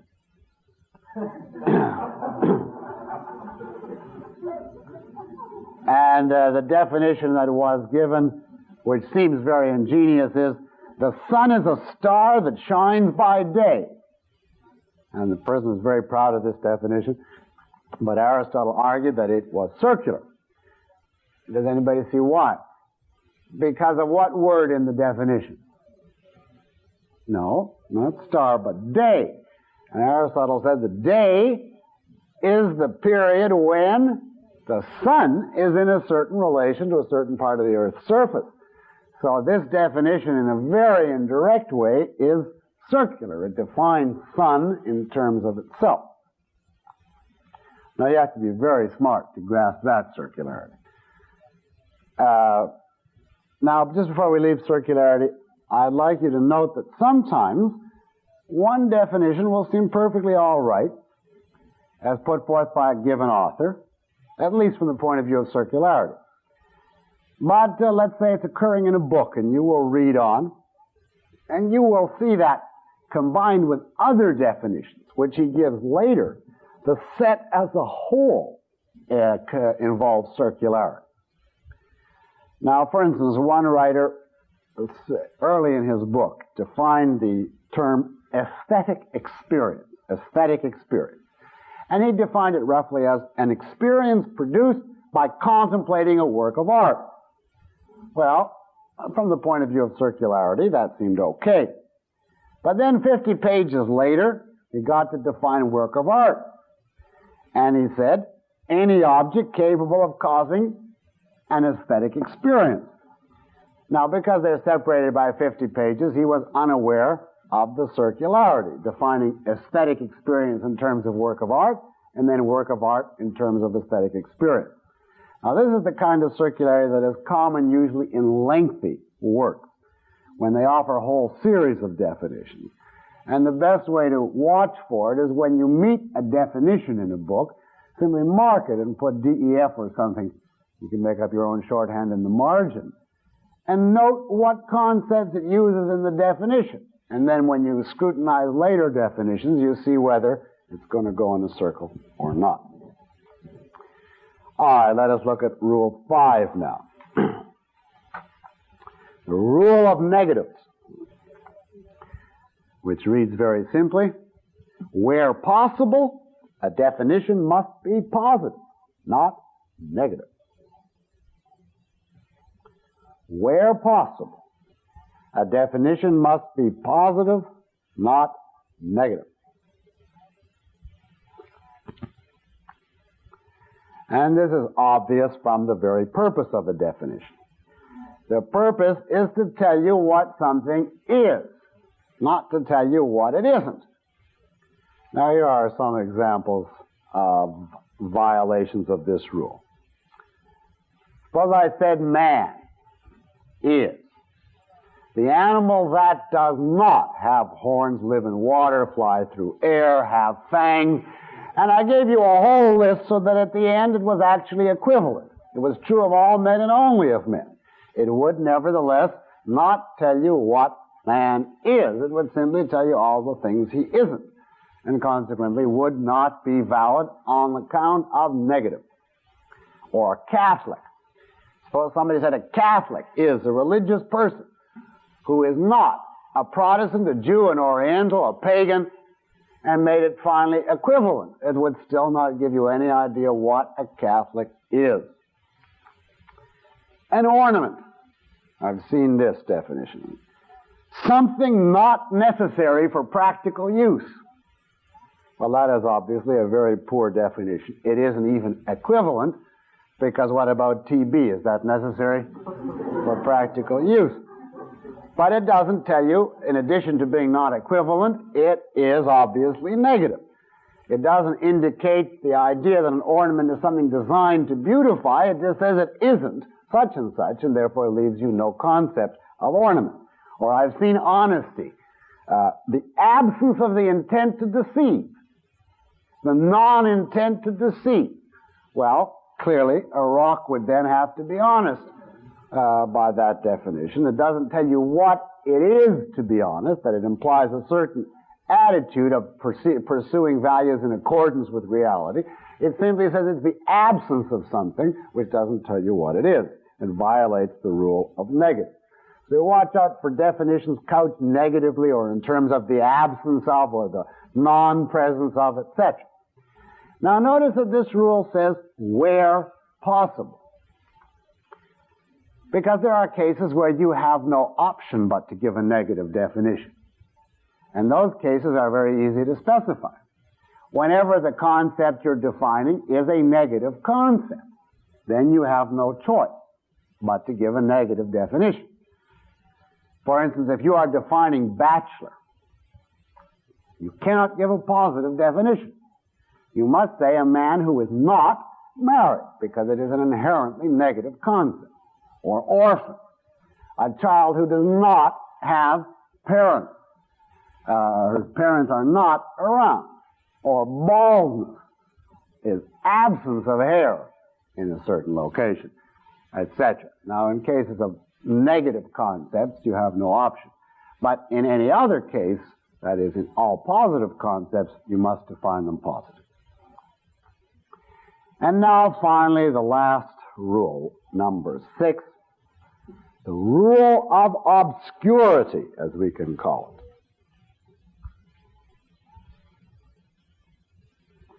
Now, actually, this rule is much wider in its application than merely to the issue of definitions. But it's common to round out and complete the list of rules by mentioning it as a kind of miscellaneous grab bag.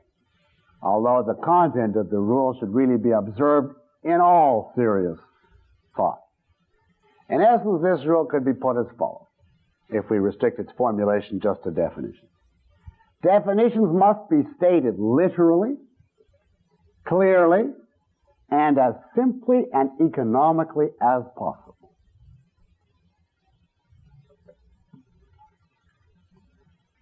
Definitions must be stated literally, clearly, and as simply and economically as possible. Now, by literally there, to put it negatively, we mean do not use metaphors, similes, poetic allusions. A definition is a straight, cold, prosaic statement which must be taken and meant literally, ruthlessly, literally. By clearly, we mean it should not be unnecessarily ponderous, complex, difficult to understand, obscure, shrouded in a veil of mystery, enigmatic, or anything like that. And, of course, this rule is also taken to include do not use definitions as the occasion for jokes or wisecracks. Now, of course, there is nothing wrong with that, and many very brilliant epigrams have been couched in the forms of definition. Oscar Wilde was a master at this. You know, he'd come up with definitions like a cynic is one who knows the price of everything and the value of nothing, which is very brilliant as an epigram. But the point is that is not a literal definition. A definition to fulfill this last rule, the principle is you have to say what you mean and mean what you say as clearly, simply, directly, economically as possible. Here are some violations of this rule. The devil is the prince of darkness. Now, you see, if you took that literally, that would mean that the genus is prince, which would raise right away the question, who is his father, and etc. That is a metaphor. That is not a definition. Language is the voice of the mind.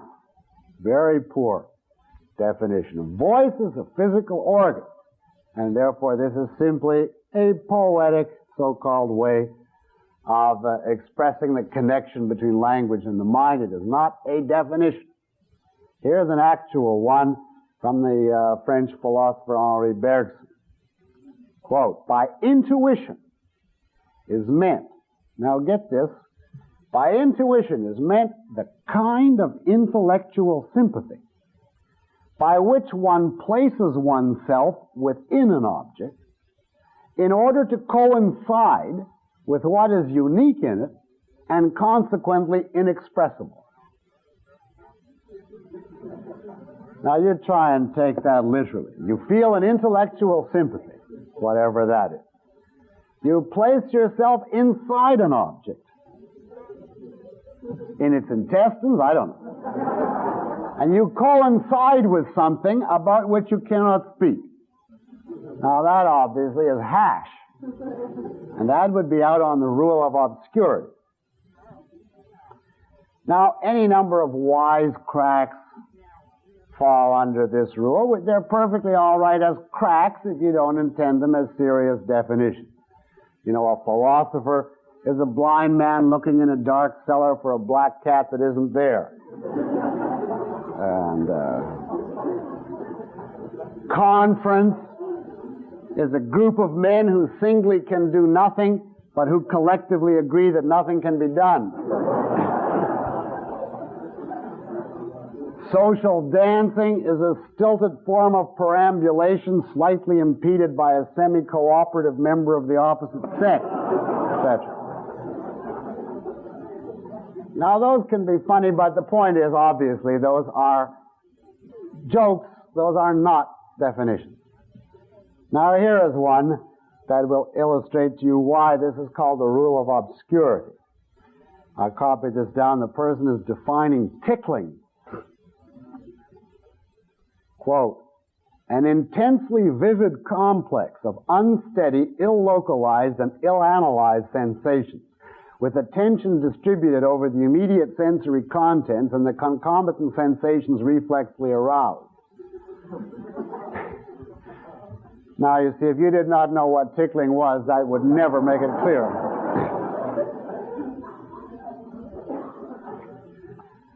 Now, you must not confuse legitimate technicality with obscurity. In a specialized subject, a definition may sound very obscure to you, and yet to people who have the requisite background information, it may be perfectly clear and as simply stated as possible.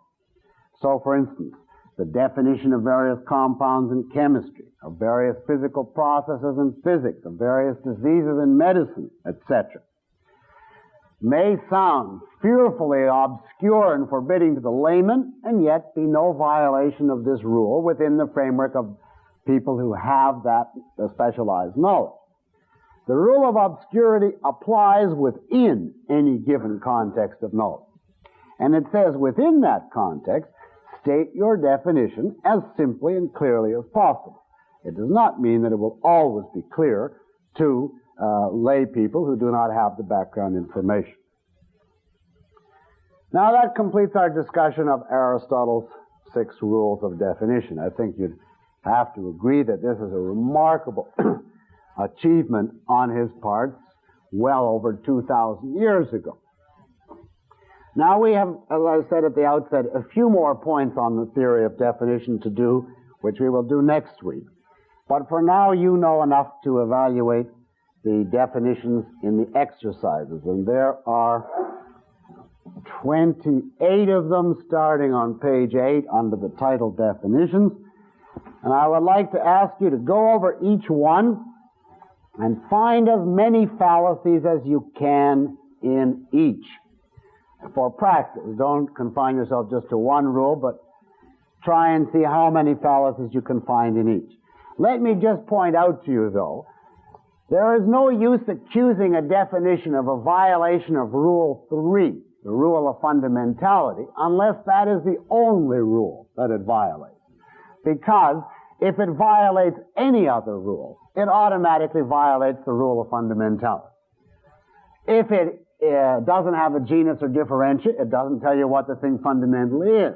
And similarly, if it's too broad or too narrow, or negative, or circular, or obscure. So the only time that the rule of fundamentality has a specific point is when the definition comes through with flying colors on all the other rules. It's equivalent, it has the right genus differentia structure, it's not negative, it's clear, it's not circular, but it happens to state a non-fundamental. But other than that, find as many fallacies as you can in each. Now, I think that you will find this a very valuable exercise, and I want to spend most of next week on it. And I want to warn you in this respect when you do it. Pointing out fallacies in a definition that somebody gives you does not necessarily lead you right away to a valid definition. Very often, it is a long, complex process to formulate a correct definition. And you can show fallacies in somebody else's definition quite easily, but to put forth an impregnable definition of your own is a lot of work. You have to steep yourself in the subject matter. There's many questions of fact that you have to know, and you will run across many difficulties and options in trying to decide, should I include this or exclude this from the definition? Where should I draw the line, and so on. Therefore, I want to make it clear right now that I am going to make no attempt at all next week to work out a correct definition of every one of these 28. That would take week after week to do properly. But I don't want to let you off by simply asking you to find the flaws in the ones that are there, because trying to formulate a correct definition does bring up principles and points that are of value and that we have not yet discussed and that are of wider significance. And therefore, in the case of these 28, I'm going to ask you, in the case of 5 of them, which I will now mention, after you've criticized the definition offered in the booklet, go ahead and try to work out a valid definition that comports with all of the rules I've given you. And the ones that I choose, because they illustrate different aspects, are number 8, revolution. Number 14, fascism. Number 17, freedom. Number 20, propaganda. And then just to switch from all these broad abstractions, let us do 22, sandwich. You see there's obviously something mortally wrong with the definition as stated here.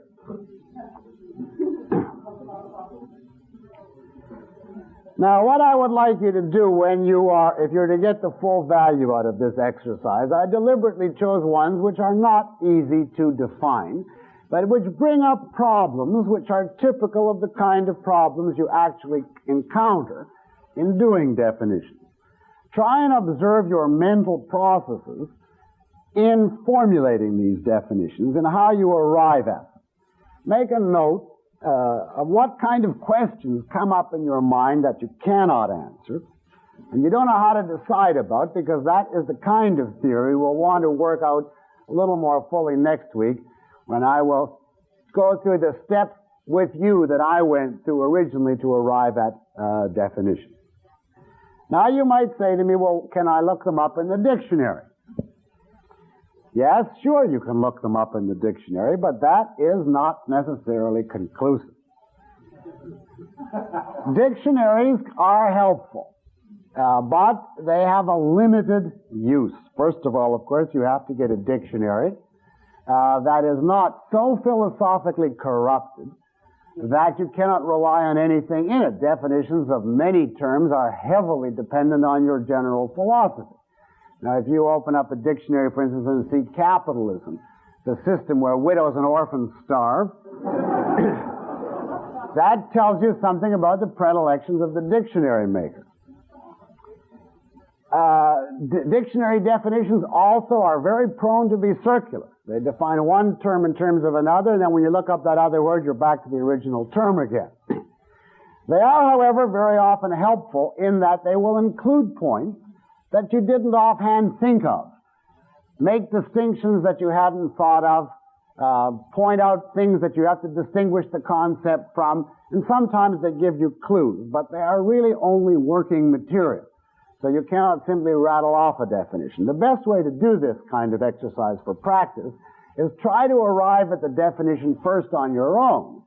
And then when you have a working definition, look up the dictionary and see if it will suggest to you any amendments to what you have.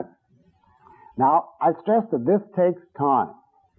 It averages, if it's at all a complex concept, 2 to 3 hours per definition to formulate a valid definition, unless you're intimately familiar with the subject matter and have given it a lot of thought. Therefore, if you can't possibly do 5, do 1, or do 2, just enough to get some practice, and we will take up the fallacies in all of them and the positive definitions of those 5 next week. All right, let us stop now, and then after the commuters leave, we will take up the homework that we had from last week. Thank you. Just before we take up the homework, 2 things about questions on definitions. I have a whole number of questions asking me to give definitions of a whole variety of terms. Now, for the reason that I just stated at the end of the lecture, to give a definition requires a great deal of knowledge of the subject matter, and is not per se inherent in any lecture of definition. I'm going to do 5 next week, which will concern themselves with how do you arrive at a definition, what steps do you have to go through, and we'll arrive at 5. But I'm not going to take any term anybody throws at me and start that process and go through all the steps. So please confine your questions on definition to the general theory of definition, or questions that arise from the particular exercises. Now, the other point I wanted to make about that was I have several questions asking if I could recommend a good dictionary. Well, obviously the best dictionary, unequivocally, is the Oxford English Dictionary. I forget how many volumes, 14 volumes or something like that. And it has also got supplements. I own that dictionary. I think it's a very good, thorough dictionary. It gives you very, very complete information, including citations of the usage back to whichever century it first started in of a given term.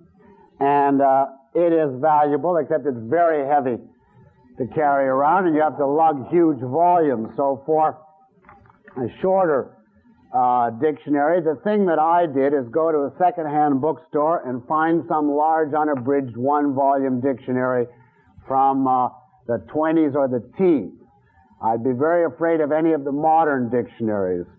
They're okay on lesser terms, but you have to be very careful of them philosophically. The older dictionaries are definitely better. Some of them are more archaic, but as a rule, if it's a large, unabridged dictionary from the 20s or earlier, it will be less philosophically corrupt. And you can check it by looking up certain terms. And if you see a term like capitalism or selfishness, etc., if you see that those terms are defined in blatantly unfair ways, that will give you a clue as to the status of the dictionary. All right, now let us turn to this homework on that we had from last week. And to begin with, on immediate inference on page 6. We were doing number 1, and we reached number C. We were given that the statement, all thinkers are doers, is true. And we were asked to state whether each of the following is true, false, or undetermined. So this was simply an exercise on immediate inference involving obversion, conversion, contraposition, and the square of opposition. Now the first one is number C. No non-thinkers are non-doers. No non-thinkers are non-doers, and we do that. Translate that into symbols. If we had the original one as all S is P, this one will become no S is non-P. And now we want to know what's the relation all S is P is true. What then is the status of no non-S is non-P? Well, we see right away we have a non-S and a non-P and an S and a P. So we want to negate both terms of one or the other to get them similar to each other. The one that we're given, the no non-S is non-P, is an E proposition. You know you can't take a contrapositive of that, but you can of your original, right, of all S is P. So if we take a contrapositive of the original, we will get what? All non-P is non-S, just reverse and negate. And we know that that's true because it's simply the contrapositive of the original, all S is P. Now we have all non-P is non-S is true, and we want to know what about no non-S is non-P. The terms are in the reverse order, right? Well, we want to apply the square of opposition. The terms have to be in the same order. So we will simply take the no non-S is non-P and convert it. And that will give us no non-P is non-S. So now we have all non-P is non-S is true. What is the status of no non-P is non-S? Well, it is obviously has what relation to all non-P is non-S? It is the E corresponding to the A with the identical subject and predicate, and therefore it is the contrary of that A. If the A is true, the contrary must be false, and consequently the statement as given is false. The statement as given is simply the converse of the contrary. Since the contrary is false, the statement is false. And now number D, all non-thinkers are non-doers, all non-S is non-P. Well, again, by the same reasoning, we take the contrapositive of the original, We get all non-P is non-S. Now what's the relation between all non-P is non-S, which we know is true, and all non-S is non-P? One is the simple converse of the other, but the original is an A, and therefore the simple converse of an A is undetermined, right? And consequently this statement is undetermined. All right, let us look at number 2. Now we're given a statement that is false. No mortals are happy. That is false. And we're asked to state, again, whether each of the following is true, false, or undetermined. So we'll first symbolize our original as simply no S is P. And remember now that is false. It's false that no S is P. We're now given the statement all mortals are unhappy. So we'll simply write that as all S is non-P, just by substituting symbols. All S is non-P. And now we have the obvious question. If no S is P and all S is non-P, what's the relation of all S is non-P to no S is P? By a show of hands, what's the relation? Yes, sir. It's simply the obverse of the given. Well, if the original, the given, is false, what is the status of the obverse? It's also false. And therefore this statement number A, 2A, is false. Now we're given all mortals are happy. All S is P. Now no S is P is false. What is the relation between no S is P and all S is P? Well, this is two statements with the identical subject and predicate. The given is an E and this one is an A. What's the relation between an E and an A? They are contrary. And we know about contraries that if one is true, the other must be false. But if one is false, what is about the other? It is undetermined. Two contraries might both be false. And therefore this one, being the contrary of the original, is undetermined. Number C. All happy beings are immortal. All P is non-S. We were given no S is P. Well, we obviously have to get the non-S to be like the S, which will suggest right away that we should obvert this. So if we obvert all P is non-S, we will get what? Obvert all P is non-S. What will you get? Yes. No P is S. Now we're given no S is P, and now we've got no P is S. What's the relation of those two? Yes. One is simply the converse of the other. If the original is false, what about its converse? Obviously false also. Therefore this statement is false. All P is non-S is simply the obverse of the converse. And now finally we're given some happy beings are not immortal. Some P is not non-S, if we put it in symbol. Well, we've got the non-S again, so we'll obvert and get some P is S. And now we've got no S is P was our original. And now we have some P is S. Well, our subject and predicate are interchanged, so we will convert and get some S is P.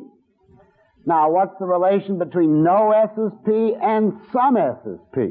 One is an E, the other is an I, and those two are, yes, contradictory. Well, if the original is false, what must then its contradictory be? True. Therefore, this statement is true. Now you get the idea of how to work this. I wouldn't put too much stress on this type of exercise, but it gives you an idea of how you can take a given statement and perform a wide variety of inferences from it by the process of obversion, conversion, and the use of the various relations in the square of opposition. Now turning to the syllogisms that we have left from last week, we got to the end of number 14, so we start with number 15 on page 7. Number 15 on page 7 if he didn't cheat, why did he look so guilty when I asked him the question, which is just how cheaters always look in such circumstances. Now here is a typical type of case. The person does not state his conclusion explicitly. He implies his conclusion. He says, if he didn't cheat, how come these funny things happen? And therefore he implies what conclusion? That he did cheat. Right. And you already gave me that in standard form. Someone called it out. All he is cheater. So we've got two of our terms right away. Now all we have to do is find a middle term. What do we find that connects he to something and cheaters to something? Who found some term? Yes. Guilty looker. Well, what did you get as your premise? All cheaters are guilty lookers. That's what he says. This is just how cheaters look, right? All he is guilty looker. He looks guilty. So our argument then is all cheater is guilty looker. All he is guilty looker. Therefore, all he is cheater. We have here three clear terms. He, cheater, guilty looker. And if we put it in symbols, it would be all P is M, all S is M, therefore all S is P. And now, does it violate any rules? Undistributed middle, correct. Guilty looker is the predicate of an A in both cases, in both premises. Therefore, it's a fallacy of undistributed middle. Invalid. Any questions? All right, let us look at number 16. Now, number 16 says, all the club members are not healthy, but some of them at least are not diabetics because only unhealthy people have diabetes. Well, kind of take a breath, and the first thing to decide is what is the conclusion here. Well, you see the word because, which indicates that what comes after it is a premise, and therefore we infer that the conclusion is which statement? Yes. The second. Some of them at least are not diabetic. Some of whom? Some of the members, right? So our conclusion we can state in standard form right off the bat. Some members are not diabetic. That's clear enough. But now our premises each have a catch in them. All the club members are not healthy. Now that is the all S is not P form, which is impermissible. So you have to decide. Does he mean not a single one is healthy? In other words, an E. No club members are healthy? Or does he mean some of them aren't healthy, even though some of them are? There is no way to tell from this context, and we always assume the weakest interpretation, the minimum. So we write down for this premise what? Some members are not healthy, and we can treat that as an old proposition. Some members are not healthy, with healthy as the predicate. And now, we have as the remaining premise, only unhealthy people have diabetes. Only unhealthy people are diabetics. Now, how many wrote for that? All unhealthy are diabetics. Oh, you got the only. Well, that's very good. To get rid of the only, you do what? Drop the only and either reverse or negate. So let's reverse, and you would get all diabetics are unhealthy. So if we look at it, our argument would then be some members are not healthy. All diabetics are unhealthy. Therefore, some members are not diabetic. And we will immediately see that we have 4 terms, healthy and unhealthy, right? Now we could pick either premise and obvert it to get rid of the 4th term. Suppose we pick the second premise and change it to no diabetics are healthy. We could just as well have taken the first premise and made it some members are unhealthy. But let's suppose we took the second. In which case then our argument will now be some members are not healthy, where the predicate is healthy. No diabetics are healthy, therefore some members are not diabetic. And in this form, the argument would commit what fallacy? Yes. Two negatives. Did anybody get a different fallacy for this same argument? And you got which fallacy? Well, how did you get the negative? How did you get the fifth rule? What were your premises and conclusion as you wrote them down? Wait a minute. All healthy are non-diabetic. Now, you got no healthy are diabetic, all healthy are non-diabetic. That's fair enough, right? That's the converse of the obverse of the converse of the way I stated it. All right? Some members are not healthy. All right. Yeah, therefore some members are non-diabetic. And you have three terms that way. Some members are non-diabetic. Yes, you simply rewrote the second premise. You wrote the obverse of the converse. And by that means, you had what? A negative conclusion and no negative premise? Is that what you had? No negative conclusion and no negative premise. But did you have two negative premises? Or just one? Just one. Yes, you could have rewritten it. You can make it come out to just about any fallacy by writing obverses or converses of the premises, but it must come up with some fallacy if it's invalid at all. All right, number 17. Now here is a case where you can finally use the square of opposition in working an argument. Because he doesn't tell you what is true, he says that something is false. So you have to infer what he thinks is true. He says there's no basis for the view that all businessmen are material. In other words, it isn't true that all businessmen are material. It's false that all businessmen are material. Now, all businessmen are materialists is what type? A, E, I, or O? It's an A. Well, if it is false, what then must be true? If the A is false, then the O must be true, the contradictory. So his premise is it's false that all businessmen are materialists. What then must be true? Some businessmen are not materialists. Now that, you see, is the real value of the square of opposition. If the person states what's false as a premise, you have to translate it into its appropriate one, in this case the contradictory. So we'd write down as our first premise, some businessmen are not materialists, or some bus are not mat. And the second long one, and you must admit that if a person is a materialist and he doesn't believe in God, we'll translate simply enough as all materialists are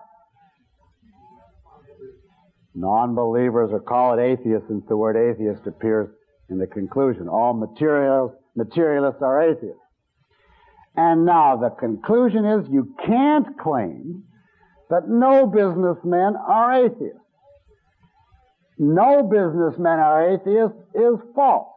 No businessmen are atheists is an E proposition, right? Well, if an E proposition is false, what corresponding proposition must be true? The I proposition, which is its contradictory, and therefore we can state his conclusion positively, that, in other words, the conclusion that he says is true is some businessmen are atheists. Now here's a case which I deliberately constructed to show you two uses of the square of opposition in order to state the premise and conclusion. Now, as we have rewritten it, the argument would then be some businessmen are not materialists, all materialists are atheists, some businessmen are atheists. And this is clearly a violation of the first half of the fifth rule. If a premise is negative, then the conclusion must be negative. Here we have the negative first premise and an affirmative conclusion, so it's invalid. There's no name to this fallacy because only textbook creators, as a rule, ever commit it, but I got one on just so you could have the experience of it. Number 18, from Don Carlos. Now this is more the way people state their arguments, except not in this literary style. King, that she was ardent-spirited, who can deny it? I could never give her love, yet did she ever seem to feel the lack? Then it is proven she is false. Now you wouldn't think that's a syllogism, but it is. Now what do you do with a thing like this? Well, you're very lucky in this case because the conclusion is clear-cut, introduced by the phrase, it is proven, and the conclusion gives you two glorious terms right off the bat, namely, she and false. So we know right off the bat we have a firm anchor. The conclusion is all she is false. So all we have to do is find a third term. One's connected to she and one's connected to false. Now what does he tell us? He tells us all sorts of things about she. Or if you want to say that in English, about her. He tells us that she was ardent, that she was unloved by him, in the technical sense of he didn't give her love, and that she didn't seem to feel the lack. Well, let's condense that and say she's indifferent. So he tells us a lot of things about she. She is ardent, unloved by me, indifferent. But that's all he tells us about she. There's nothing to connect that information to false, unless we allow him what is called an implied premise. Now, an implied premise, if you want a circular definition, is a premise which is implied, but not stated. And if you want a technical term, a syllogism, one of whose constituents is implied, but not stated explicitly, is called an enthymeme. E-N-T-H-Y-M-E-M-E.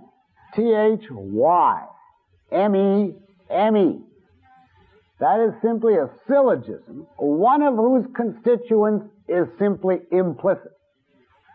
It could be a premise that is implied, or even the conclusion. I could come up to you and say, all men are mortal, Socrates is a man, draw your own conclusion. That would be an enthymematic presentation with a suppressed conclusion which is implied. Now here there is obviously a premise implicit. And people frequently make use of enthymemes, sometimes because the premise is so obvious they don't want to waste time stating it, sometimes because the premise is so dubious they don't want to expose it to the light of day. Now in this case the premise is obviously very dubious, and the sheer act of bringing it to explicit statement casts grave doubt on it. What is the implied premise? Well, we could figure it out simply by the third term that's left over. If the first premise is all she is, ardent, unloved by her husband, and indifferent, then the implied premise is all people who are ardent, unloved by their husband, and indifferent are false. Now, that obviously is a huge overgeneralization, which he has no grounds to validate, but that's the premise it rests on. And with that premise in, you then have all S is M, all M is P, therefore all S is P, so that's Barbara. And that is valid. Any structure, all S is M, all M is P, all S is P, is Barbara. But you don't have to know that. Any questions on 18? I put that in just to give you an enthymeme. Yes. Can you say that the fallacy of four terms if you're unwilling to supply that explanation? Well, you want to say, can you say it's the fallacy of four terms if you're unwilling to supply it? Well, if you're unwilling to supply it, what are the four terms? You've got a lot of things about her that don't connect with. Then you just have a premise and a conclusion. You don't have four terms. You have she, false, ardent. You still have three terms, but you don't have a syllogism, because the syllogism, each term has to appear twice, you see. And consequently, all you can say is it's an enthymeme, and I refuse to help you out. So in such a case, he either has to say it explicitly or he's lost. But as reasoning, it would be formally valid if you supply that premise, although the premise is obviously dubious. Now, Sally didn't get her hair done yesterday because she got up late, and she gets her hair done only when she gets up on time.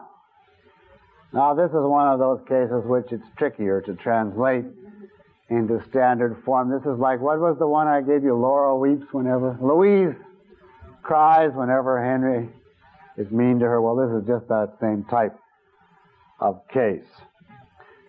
Now, this is the type where if you translate in an unthinking way, you'll end up with all kinds of terms, way more than 3. All she is person who got up late. All she is person who got her hair done only when she gets up on time. All she is didn't get her hair done. You'll have so many terms you'll be drowned in terms and have no syllogism. So this is a case where the use of case is very helpful. Now, who has a suggested translation of this one that they worked out? You want to try? Yes. Well, where do you want to start? With the main premise? She gets her hair done only when she gets up on time? Is the conclusion, right. Because she got up late, because introduces the premises, and therefore the very first constituent is the conclusion. Sally didn't get her hair done yesterday.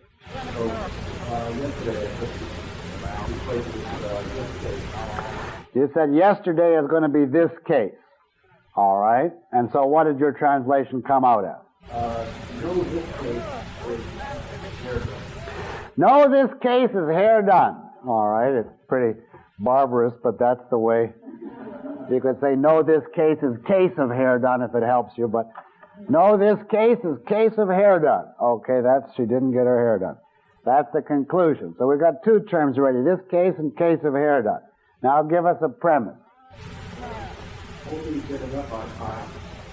Any cases getting up on time. You say, only cases of getting up on time are cases of getting hair done. Only when she gets up on time does she get her hair done. Only cases of getting up on time are cases of hair done. But, of course, that's got an only. Now, give it to me without the only. And suppose we simply reverse. Drop the only, reverse, and you will get? All getting hair done. All right. All cases of getting hair done are cases of getting up on time. And now we have 3 terms. This case, case of hair done, case of getting up on time. We just need the second premise. She got up late. Now, how will you express that? Using the 2 terms we have left, namely this case and case of getting up on time.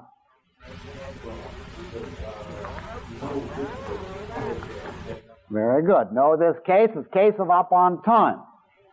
And so we read the argument as a whole. It will be all cases of hair done are cases of up on time. No, this case is case of up on time. Therefore, no, this case is case of hair done. And then, of course, you check the rules, and it is valid. Right. Any questions on that? Yes. Instead of using case, getting up on time or getting up late, I think that's important. And not having. Did you get it come out as valid? Yes. There are many possibilities which I won't here work through, but there's no reason in the world why you have to say getting up on time is your key term and translate the other one to that. You could have getting up late as your key term and translate the other one to not get up late instead of getting up on time, so that you could, many possibilities. And of course, in all of these arguments, you could take the contrapositive, or the converses, or the obverses, or the obverses of the converses. And so your original premise, for instance, if it's all cases of hair done are cases of up on time, could be that, or it could be no cases of hair done are non-cases of up on time. Or no cases of non-up on time are cases of hair done, or all cases of non-up on time are non-cases of hair done. You've got all those possibilities, you see. And that's the trouble with giving a logic exam. You can't just grade it mechanically. You have to go through each one of the class of the way it worked out. But if it's invalid by any one method, it's invalid by all and seen for validity. All right, number 20. Now, 20 is a trick example. And I'd like to know how many people I caught. I tried to make 20 as subtle a case as I could of a certain trick. Down deep, all men really wish to be happy. The man who wishes to be happy, however, must make full active use of his mind. Down deep, therefore, all men really make full active use of their mind.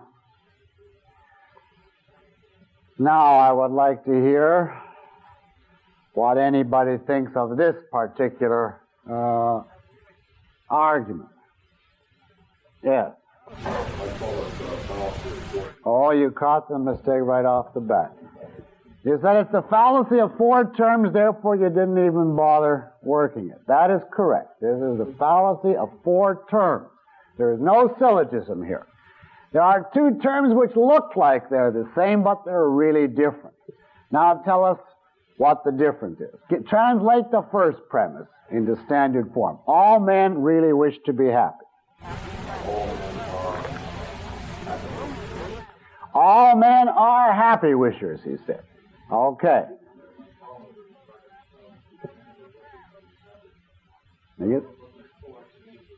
I want to repeat what you're saying so people can hear. You say the problem is in the second statement, the man who wishes to be happy must make full active use of his mind. Well, what?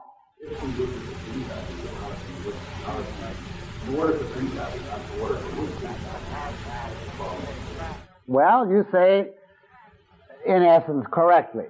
You're pointing out this one doesn't say the man who wishes to be happy does make full active use of his mind.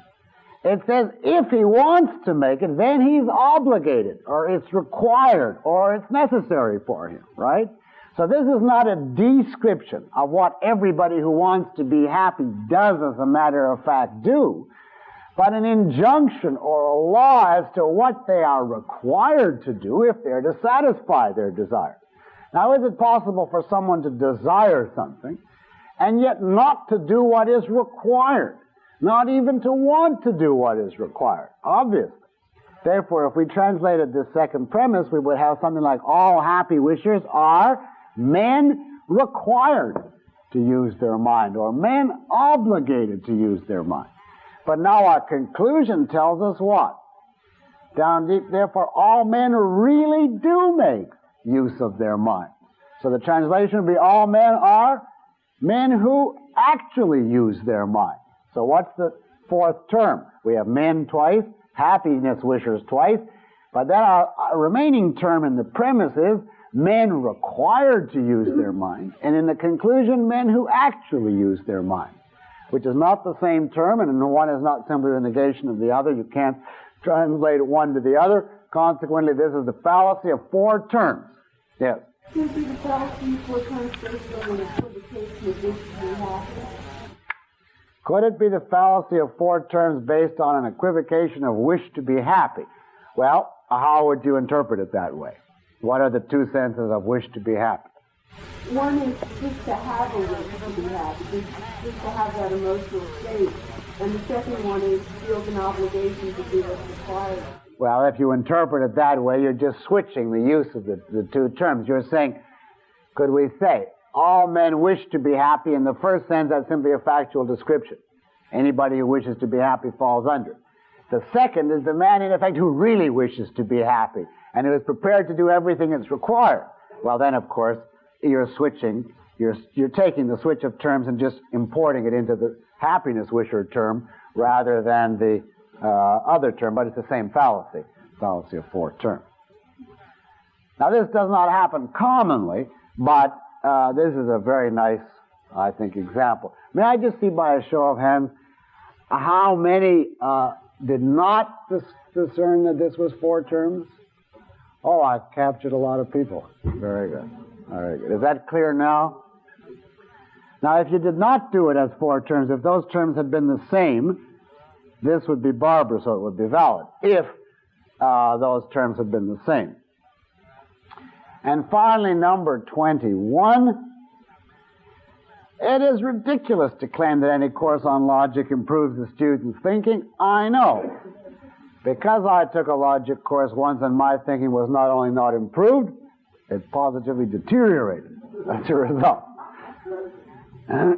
Now, we see that because, that introduces the premises, so the first statement must be the conclusion, and the conclusion begins with, it is ridiculous to claim such and such. It is false to claim that any course on logic improves the student's thinking. So, what must be true? All people who take logic courses are improved is false. The A is false. What must be true? By the square of opposition, the O. In which case, if you translated that originally as all logic course takers are improved or improvers after the course, the O will be, and that statement was false, then the true statement he wants to come to is some logic course takers are not improved or improvers after course. And now, if our conclusion is some logic course takers are not improvers after course, well, we interpret that as an O proposition. What are our premises? I took a logic course once, so that would come out as all I is, it's a pretty awful sounding sentence, all I is, but you could say am if it makes you feel better. All I am logic course taker. And the second premise, my thinking was certainly not improved. No, I am improver or improved after course. And now if we write that out, it will have all I am logic course taker. No, I am improver after course. Therefore, some logic course takers are not improvers after course. That'll be all M is F, no M is P, therefore some S is not P, and that is valid. The middle term is distributed in both cases. The major is distributed, but so is it in the premise. There's one negative and a negative conclusion. All right, that concludes our homework. Now let me take up some of the written questions that I have accumulated that do not consist of asking me for definitions of various things. And we will take up the,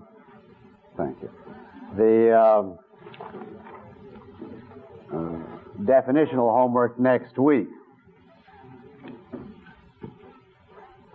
Well, here's a question. Are there definitional fallacies involved in the following form? X consists of.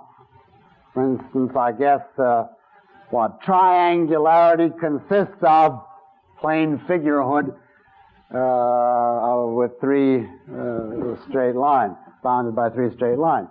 I think it's awkward. I don't see any fallacy or any particular error involved in using the consists of formulation. And then he asks, what about the expression we call a y an x? Well, yes, that is misleading if it makes it sound as though definitions are linguistic, and it's simply a matter of the way we use words. We're not concerned with what we call things when we make definitions. We are concerned with what things actually are. And therefore, I would never use a formulation such as, we call man the rational animal, etc. I would say, man is the rational animal. In other words, I would state it factually and not linguistically, because definitions that try to make clear are statements of fact, stating the essential characteristics of a certain class. They are not reports of linguistic behavior. Now let me just take a look at some of these. Oh yes, I had a few left over or that came in on syllogism, so let's do those first. Please explain why the 5 rules for analyzing syllogisms are the only 5 rules needed to prove validity. Well, not to go into technicalities, I'll put it to you this way. Those 5 rules cover every variable within a syllogism. There are no other aspects left that could possibly affect validity. And you can see that as follows. Obviously, the three-term rule is part of the very definition of syllogism. So you have to have three terms to get started. But now, in what ways do syllogisms vary on which their validity depends? Obviously not on the content. There's only two ways they can vary. The quantity of the premises and conclusion and the quality of the premises and conclusion. That is all that there is to vary. What is the relevance of the quantity? Only how it affects distribution. So if we have a rule covering the distribution of the middle term, and a rule covering the distributions that are permissible for the minor and major terms, we've taken care of every conceivable quantitative factor, which leaves us only qualitative factors that vary. And the only factors there are what kind of negatives and affirmatives can you have. And once we've specified rules 4 and 5 about two negatives and one negative and a negative conclusion, there's nothing left. The only way that the premises can vary in a way that affects the validity is the quantity through the distributions or the quality. We have rules covering every variable aspect, there's nothing left. So that'll do for an explanation of why those are the only rules. Now I had several questions on the acceptive statement, which amounts to this. Why is the original syllogism valid if only one of its constituent syllogisms is valid when you translate it? And the answer to that is very simply this. Look at it this way. Your acceptive statement is a compound statement. Everybody, or let's take a different example. Every train except express trains stop at this station. That gives you two pieces of information. All non-expresses are stoppers, no expresses are stoppers. And it gives you both those pieces of information. Let's call one of those pieces A and the other B. So the original premise tells you A plus B. Now your next premise, let us say this train is an express train, is C. And the conclusion is, therefore this train stopped or didn't, whatever, is D. Now, you've got A plus B as your original premise, and another premise C, and the conclusion D. So the person is putting forth, therefore, two different arguments. He's saying A plus C, therefore D, or B plus C, therefore D. Now, if either of those is valid, his original argument is valid. The fact that he gives you an extra piece of information that is unnecessary for the conclusion, or even that wouldn't by itself lead to the conclusion, doesn't mean that he hasn't given you the information required. As long as the premises actually required to come to the conclusion are given in the original argument, that argument is valid, even if it gives you additional information which is not necessary, and which by itself or with the other premises would not lead to that conclusion. It still doesn't make any difference. The argument is valid because it contains the information required. For instance, suppose I say, all men are mortal, Socrates is a man, Napoleon lost the Battle of Waterloo, therefore Socrates is mortal. That is still valid, and you might want to say to me, you know, you didn't need the information about Napoleon, and it in itself does not contribute to this conclusion, but it doesn't harm the conclusion. It doesn't make it invalid to draw that conclusion from those premises. Well, that's what happens when you have a compound premise, one part of which is unnecessary. That does not invalidate the valid argument that's contained in it. Now I have some questions on definition. Somebody wants me to repeat the definition of essential characteristic and of definition. So as not to do that from memory, give me a second to find it, assuming I can find it.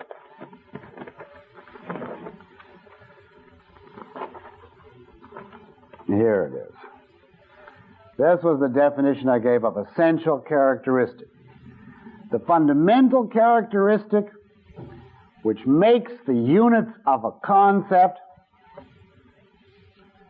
the kind of existence they are and differentiates them from all other known existence. And then definition was Miss Rand's definition of definition. a statement that identifies the nature of the units subsumed under a concept by means of specifying their essential characteristics. The idea is the essence is the fundamental characteristics which make the thing itself, and a definition is a statement of the essence. And then, weeding out, well, here's one I can't resist answering, but I don't want to take this as a precedent for agreeing to answer any question on definition of anything. But the question is, when in the objectivist ethics Miss Rand defines value as that which one acts to gain and or keep, is she referring to all values, rational or irrational, in any morality? Yes, she is defining value there in the broadest sense. That which one acts to gain and or keep, whether it's rational or irrational. And she then proceeds to show that from the nature of the concept of value, there is only one kind of entity which makes that possible, and that's a living entity.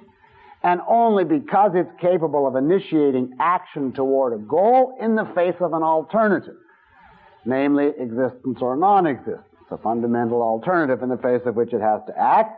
And she draws ultimately the conclusion that the only rational standard of value is the life of the organism, and the only rational standard of moral value, since that applies only to volitional beings, is man's life. But the original definition, that which one acts to gain and or keep, is value in any code. If a Christian aims at union with God, that is his value within his code. Or service to society, or mortification of the flesh, that's what he's acting to gain and or keep. And it's a different question, is that a rational or irrational value? Now here's the case, you see, where you cannot have a specific genus, because a human being, or taking it in the broadest sense, a living entity, is capable of valuing anything, whether it's an entity, an action, a process, a quality, etc. So all you can say for the genus of value is that which, anything, you see. There's no way of giving a more specific genus. That's the type of case I was thinking of when I said there are certain type of cases where you simply cannot have a more specific genus. Now, here is a question. Would you say that color is the genus of red? I.e., do ostensibly defined terms have genera? Yes, if they are on the type of sensations. That is, red, green, etc. You can always give genera to those. Red and green are colors. Bitter is a taste. Pain, you can say, is a sensation. The problem there is not that you cannot give a genus, but you cannot give a differentia, except in terms of its cause. But in terms of its inherent quality, you have to say red is the color which, look, you see. So all you can do is give a genus. Now, it does not follow, however, that the metaphysical primaries have genera. Existence has no genus. Now the person anticipating this goes on and asks, is existent the genus of entity? And I would say no. Now you can say in a very loose sense, well, isn't existence the broadest category, of which entity is one subdivision, action is another, etc. Well, you can look at it that way if you want, but existence in that context does not fulfill the role of a genus, because it does not tell you what the thing basically is. Existence simply tells you that it is. It doesn't yet say what it is. And a genus, at minimum, is supposed to tell you what something is. So if your genus is simply existence, well, you have really given a genus in a way that's analogous to animal for man, or plane figure for triangle, etc. Now, Aristotle argued that existence was not a genus.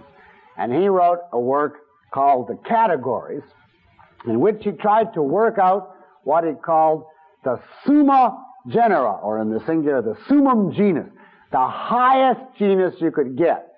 So in other words, if you went from man to animal, animal is a subtype of living organism is a subtype of material entity, and now what about entity, or as he called it, substance? Where do you go from there? And he said you've hit the jackpot when you hit entity. You can't go higher than that. Entity was a summum genus, which is simply Latin for the highest genus. And he tried in his work called The Categories to work out what he regarded as a complete list of the summa genera. And those he called the categories, which are the broadest, widest genera. And he had 10 of them, as I recall, in one version, and there's 8 or 12, I can't remember, in another. He was not certain about some of the details, but for instance, he had action as one, he had relationship as one, he had quality as one, time, place, several others of that sort.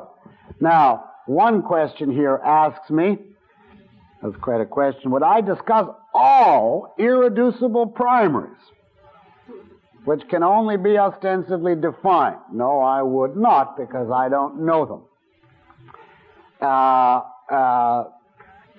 I would refer you to Aristotle's categories for a discussion of those, although I do not believe, I may say, that Aristotle was correct in classifying some of those things as irreducible primaries. I do not believe time, for instance, is an ostensive irreducible primary. I think you can define time, and the same with space.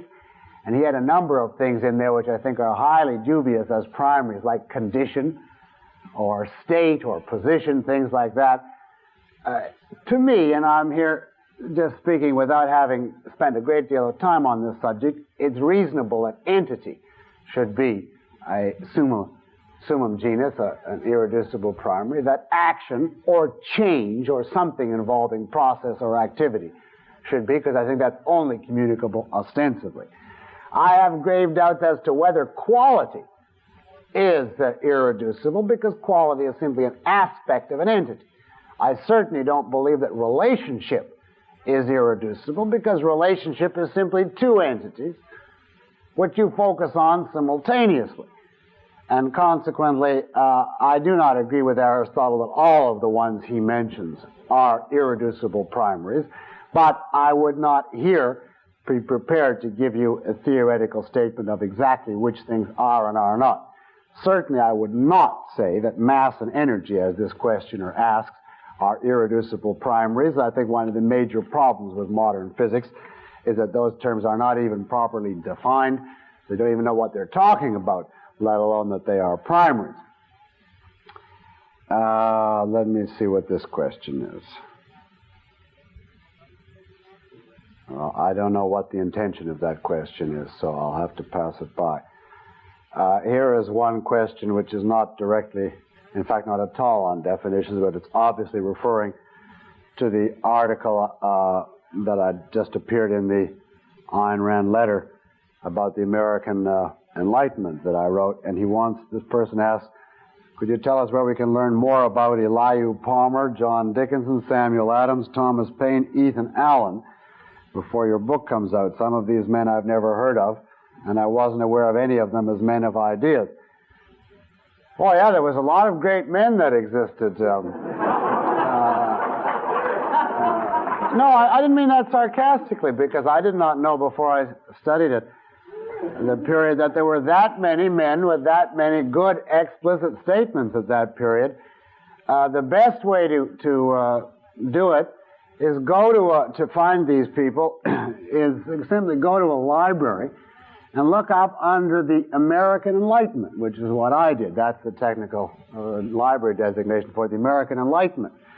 And start off with some anthology. And you will usually find in any respectable anthology of the American Enlightenment, Samuel Adams has to be there, and Thomas Paine and Ethan Allen, and a few. Thomas Jefferson, of course, will be in there, and Benjamin Franklin. And then there'll be a bibliography at the back, and you will be referred from one to the other. That's all I did. I just plunge in with any introductory anthology, find the ones that sound interesting, and look up the bibliography for further ones. I can't for the life of me remember the name of any one of the books, because it was so long ago that I wrote it. But they all have completely meaningless titles, like Ideas When America Was Young, or words like that you can't retain. But you just simply look up American Enlightenment, and they're almost all the same anyway. There's certain standard ones. Elihu Palmer I was pleased to have found because it wasn't all over, and he's one of the best ones I found. All right, I think our time is up for this evening, so we'll continue next week. Thank you.